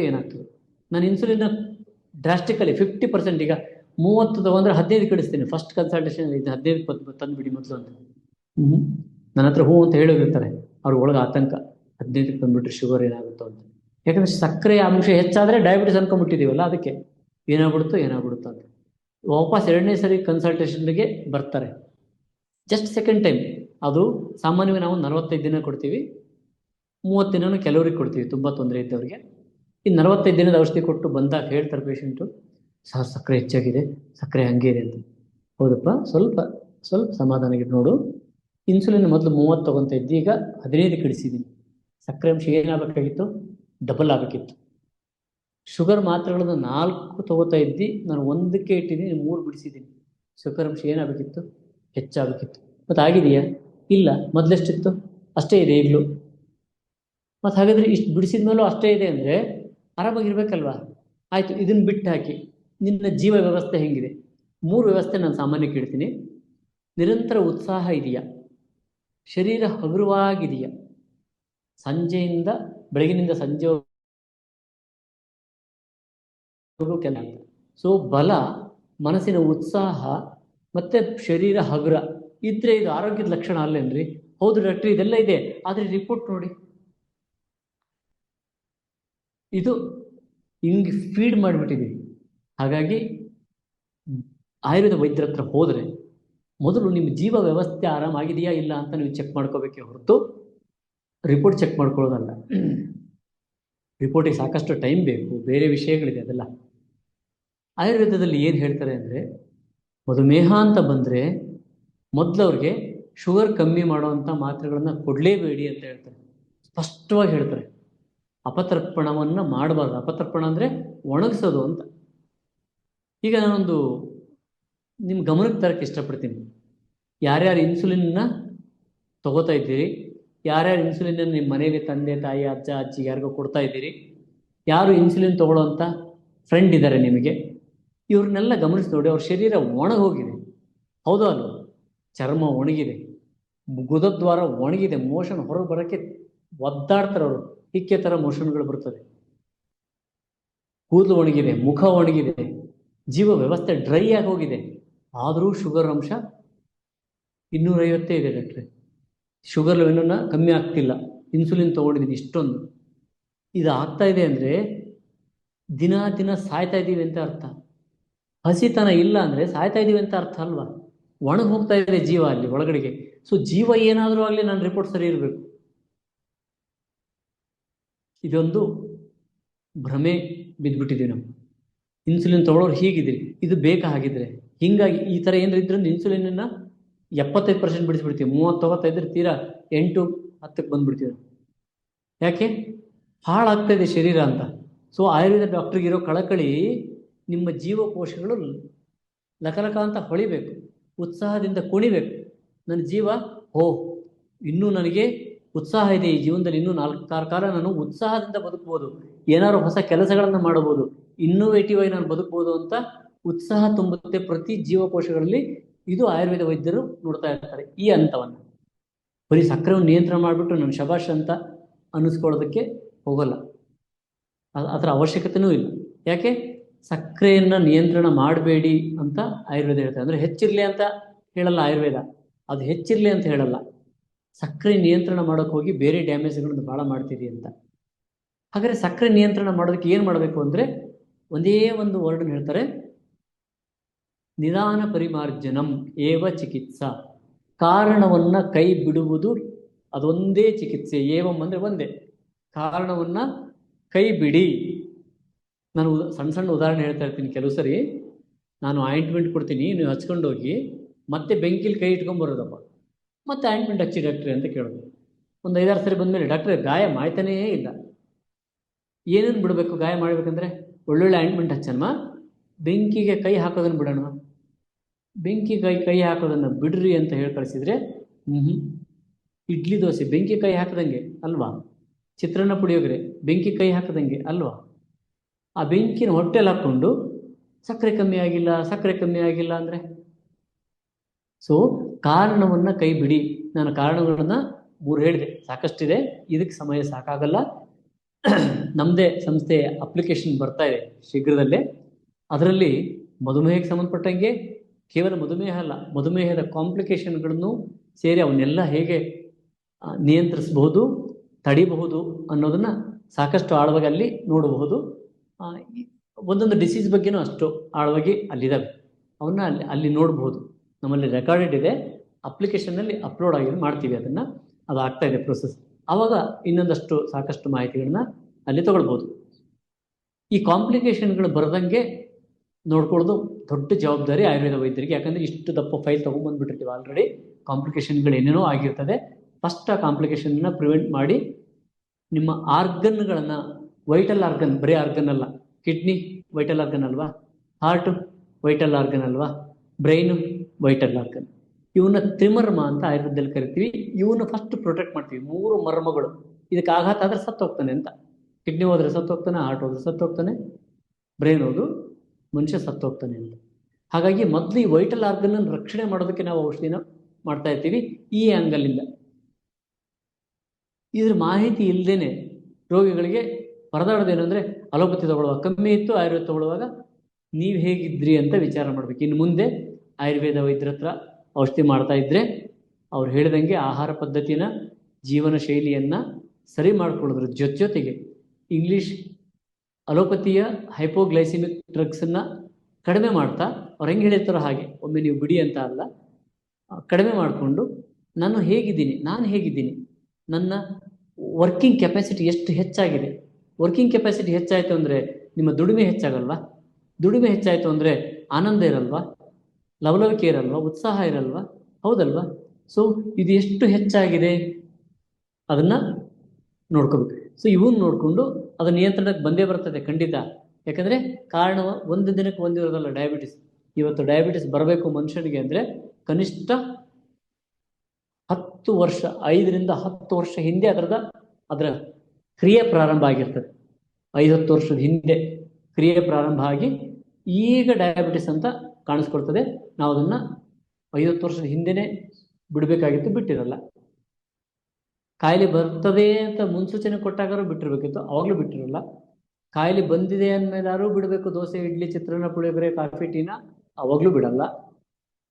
ಮಾತ್ರೆಗಳು ತಗೊಂಡ್ಮೇಲೂ ಕಂಟ್ರೋಲ್ ಆಗ್ತಿಲ್ಲ ಅಂದ್ರೆ ಅವಾಗಲಾರು ಬಿಡ್ಬೇಕಿಲ್ಲ, ಅವಾಗಲೂ ತಿಂತೀವಿ, ಮತ್ತೊಂದು ಮಾತ್ರೆ ಎಕ್ಸ್ಟ್ರಾ ಆ್ಯಡ್ ಮಾಡ್ಕೋತೀವಿ. ಹಿಂಗೆ ಮಾಡಿಕೊಂಡು ಈ ಕಡೆಗೆ ಆರ್ಗನ್ಗಳ ಹಾಳು, ಈ ಕಡೆಗೆ ಮಾತ್ರೆಯಿಂದ ಶರೀರ ಡ್ಯಾಮೇಜು ಮಾಡಿಕೊಂಡು, ಆ ಕಡೆ ಮಧುಮೇಹ ಹಾಗೇ ಇದೆ, ಕಾಯಿಲೆ ಹೆಚ್ಚಾಗ್ತಾ ಇದೆ. ಸಕ್ಕರೆ ಅಷ್ಟೇ ಕಂಟ್ರೋಲೇ ಬರ್ತಾ ಇದೆ, ಮಧುಮೇಹ ಹೆಚ್ಚಾಗ್ತಾ ಇದೆ. ಇವೆಲ್ಲವೂ ಒಟ್ಟು ಹಾಕ್ಕೊಂಡು ಬಂದಾಗ ಇವನು ಒಂದೊಂದನ್ನೇ ಬಿಡಿಸೋದಕ್ಕೆ ಎಷ್ಟೆಲ್ಲ ಸಮಯ, ಎಷ್ಟೆಲ್ಲ ಯಾವ ರೀತಿ ಬರ್ಬೋದು?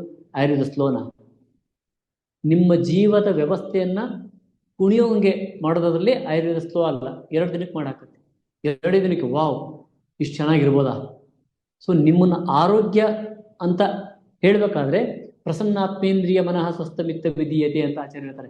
ಪ್ರಸನ್ನ ಆತ್ಮ, ಪ್ರಸನ್ನ ಇಂದ್ರಿಯಗಳು, ಪ್ರಸನ್ನ ಮನಸ್ಸು ಅಂದರೆ ಖುಷಿಯಾಗಿರುವಂತಹ ಇಂದ್ರಿಯಗಳು, ಕಣ್ಣು, ಕಿವಿ, ಮೂಗು ಎಲ್ಲದು, ಖುಷಿಯಾಗಿರುವಂಥ ಮನಸ್ಸು, ಖುಷಿಯಾಗಿರ್ತಕ್ಕಂತಹ ಒಂದು ಒಳಗಿನ ಜೀವ. ಹಿಂಗಿದ್ರೆ ಆರೋಗ್ಯ ಅಂತ ಹೇಳ್ತದೆ. ಹಿಂಗೆ ಒಂದು ದಿನದಲ್ಲಿ ಮಾಡಾಕತ್ತೆ ಆಯುರ್ವೇದದ ಚಿಕಿತ್ಸೆ, ಆಯುರ್ವೇದದ ಆಹಾರ ವಿಧಿಗಳು. ಆಯುರ್ವೇದ ಕೇವಲ ಔಷಧಿ ಕೊಡೋದಕ್ಕಿಲ್ಲ, ಇದು ಒಂದು ದಿನದಲ್ಲಿ ವ್ಯವಸ್ಥೆ ಮಾಡಿರ್ತದೆ. ಇದನ್ನೇ ಆರೋಗ್ಯ ಅಂತ ಕರೆದಿರೋದು. ಡೆಫಿನೇಷನ್ ಆಫ್ ಆರೋಗ್ಯ is not your report. Definition ಆರೋಗ್ಯ ಈಸ್ ನಾನು ಚೆನ್ನಾಗಿದ್ದೀನಿ. ಇದನ್ನು ಮಾಡಿ ಹಾಕಿರ್ತದೆ. ಎಲ್ಲಿಂದ ಸ್ಲೋ? ನಾವು ಕೋವಿಡಲ್ಲಿ ಟ್ರೀಟ್ಮೆಂಟ್ ಮಾಡುವಾಗ ತುಂಬ ಜನರಿಗೆ ಆನ್ಲೈನಲ್ಲಿ ಟ್ರೀಟ್ಮೆಂಟ್ ಮಾಡಿದ್ವಿ. ಸಂಕಷ್ಟ ಕಾಲದಲ್ಲೂ ಕೂಡ ಟ್ರೀಟ್ಮೆಂಟ್ ಮಾಡ್ತಾ ಇದ್ವಿ. ಅಂಥ ಕಾಲದಲ್ಲಿ ಎಷ್ಟು ಪೇಷಂಟ್ಸ್ ಅದನ್ನು, ಇಲ್ಲಿ ಯಾರು ಇದ್ದರೆ ಗೊತ್ತಿಲ್ಲ, ಎಷ್ಟು ಜನ ಹೇಳಿರೋದು, ಬಾಯಲ್ಲಿ ಹೋಗಿ ಅರ್ಧ ಗಂಟೆ ಒಳಗೇ ಆಕ್ಸಿಜನ್ ಲೆವೆಲ್ 90ಕ್ಕೆಲ್ಲ ಬಂದಿದೆ ಇದೆ ಡಾಕ್ಟ್ರೆ, 30, 20, 30, 15, 50, 60 ಮೇಂಟೈನ್ ಆಗೋದು, ಬಾಯಲ್ಲಿ ಔಷಧಿ ಹೋಗಿ ಅರ್ಧ ಗಂಟೆ ಆಗಿಲ್ಲ 90ಕ್ಕೆ ಬಂದಿದೆ. ಫಾಸ್ಟ್ ಸ್ಲೋನ ಆಯುರ್ವೇದ? ಖಂಡಿತ ನಾನಂತೂ ಒಪ್ಪಲ್ಲ. ಒಬ್ಬ ಆಯುರ್ವೇದಿಸ್ಟ್ನಾಗಿ ಇದು ಸ್ಲೋ ಅನ್ನೋದಕ್ಕೆ ಸಾಧ್ಯನೇ ಇಲ್ಲ. ಯಾಕಂದ್ರೆ ನೋಡಿದ್ದೀವಿ, ಮಿರಾಕಲ್ಗಳನ್ನ ನೋಡಿದ್ದೀವಿ, ಕಾರ್ಡಿಯಾಕ್ ಇಶ್ಯೂ ನೋಡಿದ್ದೀವಿ, ಬೇರೆ ಲಿವರ್ ಸಿರೋಸಿಸ್ಗಳು ನೋಡಿದ್ದೀವಿ. ಯಾವ ಕಾರಣಕ್ಕೂ ಸ್ಲೋ ಅಲ್ಲ. ಹಾಗಾಗಿ ಡಯಾಬಿಟಿಸ್ನ ಚಿಕಿತ್ಸೆ ಮಾಡೋದು ಕೂಡ ಸ್ಲೋ ಅಲ್ಲ, ರಿಪೋರ್ಟ್ ಜೊತೆ ಗಲಾಟೆ ಹೊಡ್ಕೊಂಡ್ರೆ ಸ್ಲೋ ಆಗುತ್ತೆ. ಹಾಗಾಗಿ ಒಬ್ಬ ಆಯುರ್ವೇದ ವೈದ್ಯ ಮೊದಲು ಪ್ರಶ್ನೆಗಳನ್ನ ಕೇಳಿ ಅವನ್ನ ಕರೆಕ್ಷನ್ ಮಾಡ್ತಾ ಮಾಡ್ತಾ ಮುಂದೆ ಹೋಗ್ತಾನೆ. ಹಾಗಾಗಿ ಈಗ ಒಂದು ಟಿಪ್ಸನ್ನು ಕೊಡ್ತಾನೆ, ನೆನ್ಪಿಟ್ಕೊಳ್ಳಿ. ಯಾರ್ಯಾರು ಶುಗರ್ ಇದೆಯವ್ರಿಗೆ, ಯಾರ್ಯಾರು ಹತ್ತಿರ ಸಂಬಂಧಿಗಳಿದ್ರೆ ಎಲ್ರಿಗೂ ಒಂದು ಟಿಪ್ಸನ್ನು ನೆನ್ಪಿಟ್ಕೊಳ್ಳಿ ಸ್ಪಷ್ಟವಾಗಿ. ಇದನ್ನು ಮಾಡಿ 15 ದಿನದಲ್ಲಿ ಚೆನ್ನಾಗಿ ನಿಯಂತ್ರಣಕ್ಕೆ ಬರ್ತದೆ. ನಿಮ್ಮ ಮಾತ್ರೆಗಳು ಇವನು ಕಮ್ಮಿ ಆಗ್ತದೆ. ಬೇರೆ ಏನೇನೋ ಓದಕ್ಕೆ ಹೋಗ್ಬೇಡಿ, ಸುಮ್ಮನೆ ಇದಿಷ್ಟನ್ನು ಮಾಡಿ. ಹಸುವಾಗಿದೆ ಅಲ್ಲಿ ಈಗ, ಆ ಹಸುವಿನ 70% ಊಟ ಮಾಡಿ, ಇನ್ನು 30% ಖಾಲಿ ಬಿಡಿ. ಮೊಟ್ಟ ಮೊದಲನೇದು 70% ಊಟ ಮಾಡೋದು, 30% ಖಾಲಿ ಬಿಡೋದು. ಶುಗರ್ ಲೆವೆಲ್ ಲೋ ಆಗಿಬಿಡ್ತದೆ. ಲೋ ಆಗುತ್ತೆ, ಯಾಕಂದರೆ ಹಸುವಾಗಿ ಸಂಕಟ ಆಗ್ತದೆ. ಮಾತ್ರೆಗಳನ್ನು ಕಡಿಮೆ ಮಾಡಿ, ಒಂದು ಸ್ವಲ್ಪ ಮಾತ್ರೆಗಳನ್ನು ಕಡಿಮೆ ಮಾಡೋದು. ಈಗೇನು ತಗೋತಿದ್ರೆ ಆ ಮಾತ್ರೆಗಳನ್ನು ಅರ್ಧ ಇಳಿಸೋದು, ಆರಾಮಾಗಿರ್ತೀರ. ಮತ್ತು 70% ಮುಂದುವರಿಸೋದು. 70% ಅಂದರೆ ನೀವು ಕಡಿಮೆ ಊಟ ಮಾಡಿ ಅಂತಲ್ಲ. ಈಗ ಹಸು ಚೆನ್ನಾಗಿದೆಯಾ, 4 ರೊಟ್ಟಿ ಊಟ ಮಾಡಿರಿ. ಹಸುವಿಲ್ವಾ, ಒಂದೇ ರೊಟ್ಟಿ. ಸೊ ಹಸುವಿಗೆ 70% ಹೊಟ್ಟೆಗಲ್ಲ, ಹೊಟ್ಟೆ ತುಂಬುವಷ್ಟಲ್ಲ. ಹೆಂಗೆ ನೋಡೋದು ಅದನ್ನು? ಒಂದು ತಟ್ಟೆಯಲ್ಲಿ ಎಲ್ಲ ಊಟ ಮಾಡೋದು ನಿಯಂತ ಹಾಕೊಂಡ್ಬಿಡಿ. ಅದನ್ನ ನೋಡಿಬಿಟ್ರೆ ಎಷ್ಟಿದೆ ಅಂತ ಗೊತ್ತಾಗುತ್ತೆ. ತಿನ್ನೋಕೆ ಆಗುತ್ತಾ ಇಲ್ಲ ಅಂತ ಕಣ್ಣು ಹೇಳಿಬಿಡುತ್ತೆ. ಆ ಕಣ್ಣು ಅಳತೆಯಲ್ಲಿ ಊಟ ಮಾಡಿ. ಕಣ್ಣು ಅಳತೆ ನನ್ನ ಕೈಲಿ ಇಷ್ಟ ಆಗಲ್ಲ ಅಂತ. ಸೊ ಎಷ್ಟಾಗುತ್ತೆ ಅಂತ ಹಾಕೋತೀರಾ, ಮತ್ತೆ ಹಾಕೋಬೇಡಿ ಅಷ್ಟೇ. ಅಲ್ಲಿಗೆ 70% ಆದಂಗೆ ಆಗುತ್ತೆ. ಹಾಗೆ ಶುಗರ್ ಲೆವೆಲ್ ಸ್ವಲ್ಪ ಕಮ್ಮಿ ಮಾಡೋದು ಮೊದಲನೇದು. ಎರಡನೇದು, ನಿರಂತರವಾಗಿ ಶಾರೀರಿಕ ವ್ಯಾಯಾಮವನ್ನು ಮಾಡ್ತಾರೆ. ನಾಳೆ 10 ಕಿಲೋಮೀಟರ್ ಓಡೋದಲ್ಲ. ಮೂಗಿನ ಮೇಲೆ ಹಣೆ ಬೇರೆ ಬೆವರು ಬಂತು ಅಂದರೆ ನಿಲ್ಲಿಸಿ. ಇಷ್ಟು ವ್ಯಾಯಾಮ ಕಡ್ಡಾಯವಾಗಿ ಮಾಡಿ. ಅನ್ನೆಸೆಸರಿ ಆತಂಕಗಳನ್ನು ದೂರ ಮಾಡಿ ಒಳ್ಳೆ ನಿದ್ದೆ ಮಾಡಿ. ಈ 3 ಮಾಡಿದರೆ ಇನ್ನೊಂದು ತಿಂಗಳಲ್ಲಿ ಚೆನ್ನಾಗಿ ನಿಯಂತ್ರಣಕ್ಕೆ ಬರ್ತದೆ. ಸಕ್ಕರೆ ಮಾತ್ರೆ ಇವತ್ತೇ ಬಿಡೋದಲ್ಲ, ಕಮ್ಮಿ ಮಾಡ್ತಾ. ಎಷ್ಟು ಕಮ್ಮಿ ಮಾಡ್ತೀರಿ ಅಂದರೆ ಕೊನೆಗೆ ಒಂದೇ ಮಾತ್ರೆ ಇದೆಯಲ್ಲ ಡಾಕ್ಟ್ರೆ ಅನ್ನೋಷ್ಟು ಕಮ್ಮಿ ನೀವೇ ಮಾಡ್ತೀರಿ. ಇಷ್ಟನ್ನೇ ಮಾಡ್ತಾ ಬನ್ನಿ. ಇಷ್ಟು ಟಿಪ್ಸೊಂದಿಗೆ ಇವತ್ತಿನ ಈ ಪ್ರೋಗ್ರಾಮನ್ನು ಮುಗಿಸೋಣ. ಪ್ರಶ್ನೋತ್ತರಗಳಿದ್ದರೆ ನಾಳೆ 1 ಗಂಟೆ ಪ್ರಶ್ನೋತ್ತರಗಳಿಗಿರ್ತದೆ. ಇದಕ್ಕಾಗಿ ವಾಟ್ಸಪ್ ಗುಂಪು ಓಪನ್ ಆಗ್ತದೆ ಅಂತ ಹೇಳಿದ್ದಾರೆ ಡಾಕ್ಟ್ರು. ನೀವೆಲ್ಲರೂ ಅಲ್ಲಿ ಇವತ್ತು ರಾತ್ರಿ 10 ಗಂಟೆ ಒಳಗೆ ಯಾರು ಟೈಪ್ ಮಾಡಾಕ್ತೀರ ಅವ್ರಿಗೆ ಮಾತ್ರ ಉತ್ತರ ಕೊಡ್ತಾ ಇದ್ದ. ಕಂಟಿನ್ಯೂ ಓಪನ್ ಇರಲ್ಲ. ಅಷ್ಟು ಗಂಟೆವರೆಗೂ ಓಪನ್ ಮಾಡಿ ನಿಮ್ಮ ಪ್ರಶ್ನೆಗಳನ್ನು ವಾಯ್ಸ್ ಮೇಲ್ ಅಥವಾ ಹೆಸರು, ಊರು, ಪ್ರಶ್ನೆ, ಮತ್ತು 10 ಜನರ ಪ್ರಶ್ನೆ ಒಂದೇ ಇರ್ತದೆ. ಹಾಗಾಗಿ ನನ್ನ ಪ್ರಶ್ನೆ ನಿನ್ನ ಪ್ರಶ್ನೆ ಅನ್ನೋ ಪ್ರಶ್ನೆ ಇರಲ್ಲ. ನಮ್ಮ ವೈದ್ಯ ತಂಡ ನಿಮ್ಮ ಪ್ರಶ್ನೆಗಳನ್ನು ಬೈಫರ್ಕೇಟ್ ಮಾಡಿ ಅದನ್ನು ಇಟ್ಟುಕೊಂಡು ಅವ್ರ ಪ್ರಶ್ನೆಗಳನ್ನು ಓದ್ತಾರೆ ನಮ್ಮ ವೈದ್ಯರು. ನಾನು ಅದನ್ನು ಉತ್ತರ ಕೊಡ್ತಾ ಹೋಗ್ತೇನೆ. ಸೊ ಪ್ರಶ್ನೋತ್ತರ ಕಾರ್ಯಕ್ರಮಕ್ಕೆ ಒಂದು ಮೀಸಲಾಗಿ ಇಡೋಣ ಅಂತ ಹೇಳ್ತಾ ಇವತ್ತಿನ ಕಾರ್ಯಕ್ರಮವನ್ನು ಇಲ್ಲಿಗೆ ಮುಗಿಸ್ತೇನೆ. ಧನ್ಯವಾದಗಳು. Thank you so much sir. ಆತ್ಮೀಯರೇ, ಈಗ ನೀವೆಲ್ಲರೂ ನೋಡಿದ ಹಾಗೆ ತರಗತಿಗಳು, ಆಯುರ್ವೇದ ತರಗತಿಗಳು ಈಗ ಹಿಂದಿಲಿ ಕಾರ್ಯಕ್ರಮ ಇರ್ತದೆ. ಹಾಗಾಗಿ ಇಲ್ಲಿಗೆ ಕಾರ್ಯಕ್ರಮವನ್ನ ಮುಗಿಸ್ಕೋತೇನೆ. Yes sir, please. ನಂತರ ಈಗ 8:15 ಇಂದ 9:15 ವರ್ಗು ಹಿಂದಿನಲ್ಲಿ ಸೇಮ್ ಕ್ಲಾಸಸ್ ಸ್ಟಾರ್ಟ್ ಆಗೋದ್ರಿಂದ ಸ್ಪೀಕರ್ ಕಾರ್ಯಕ್ರಮದಿಂದ ಎಕ್ಸಿಟ್ ಆಗಿದ್ದಾರೆ. ಅವರಿಗೆ ಮತ್ತೊಮ್ಮೆ ಧನ್ಯವಾದಗಳನ್ನು ತಿಳಿಸೋಣ. ಈಗ ತಾನೇ ಅನೌನ್ಸ್ ಮಾಡಿದ ಹಾಗೆ ನಿಮ್ಮೆಲ್ಲ ಪ್ರಶ್ನೆಗಳಿಗೆ 8 ಗಂಟೆಯಿಂದ 10 ಗಂಟೆವರೆಗೂ ವಾಟ್ಸ್ಆಪ್ ಗುಂಪು ಓಪನ್ ಇರುತ್ತೆ. ನಿಮ್ಮ ಪ್ರಶ್ನೆಗಳನ್ನ ಅಲ್ಲಿ ಕೇಳಬಹುದು. ನಾಳೆ ನಮ್ಮ president doctors team, senior doctors ಜೊತೆ ಸೇರ್ಬಿಟ್ಟು ನಿಮ್ಮ ಎಲ್ಲ ಪ್ರಶ್ನೆಗಳಿಗೆ ಉತ್ತರ ಕೊಡ್ತಾರೆ. ಹೀಗೆ ಇರುತ್ತೆ ಆಯುರ್ವೇದ. ಕಲಿತಾ ಹೋಗೋಣ, ಜೊತೆಗೆ ಅಳವಡಿಸ್ಕೊಳ್ತಾ ಹೋಗೋಣ, ಆರೋಗ್ಯವಾಗಿ ಜೀವನ ಮಾಡ್ತಾ ಹೋಗೋಣ. ಧನ್ಯವಾದಗಳು. ಶುಭ ದಿನ, ಶುಭರಾತ್ರಿ.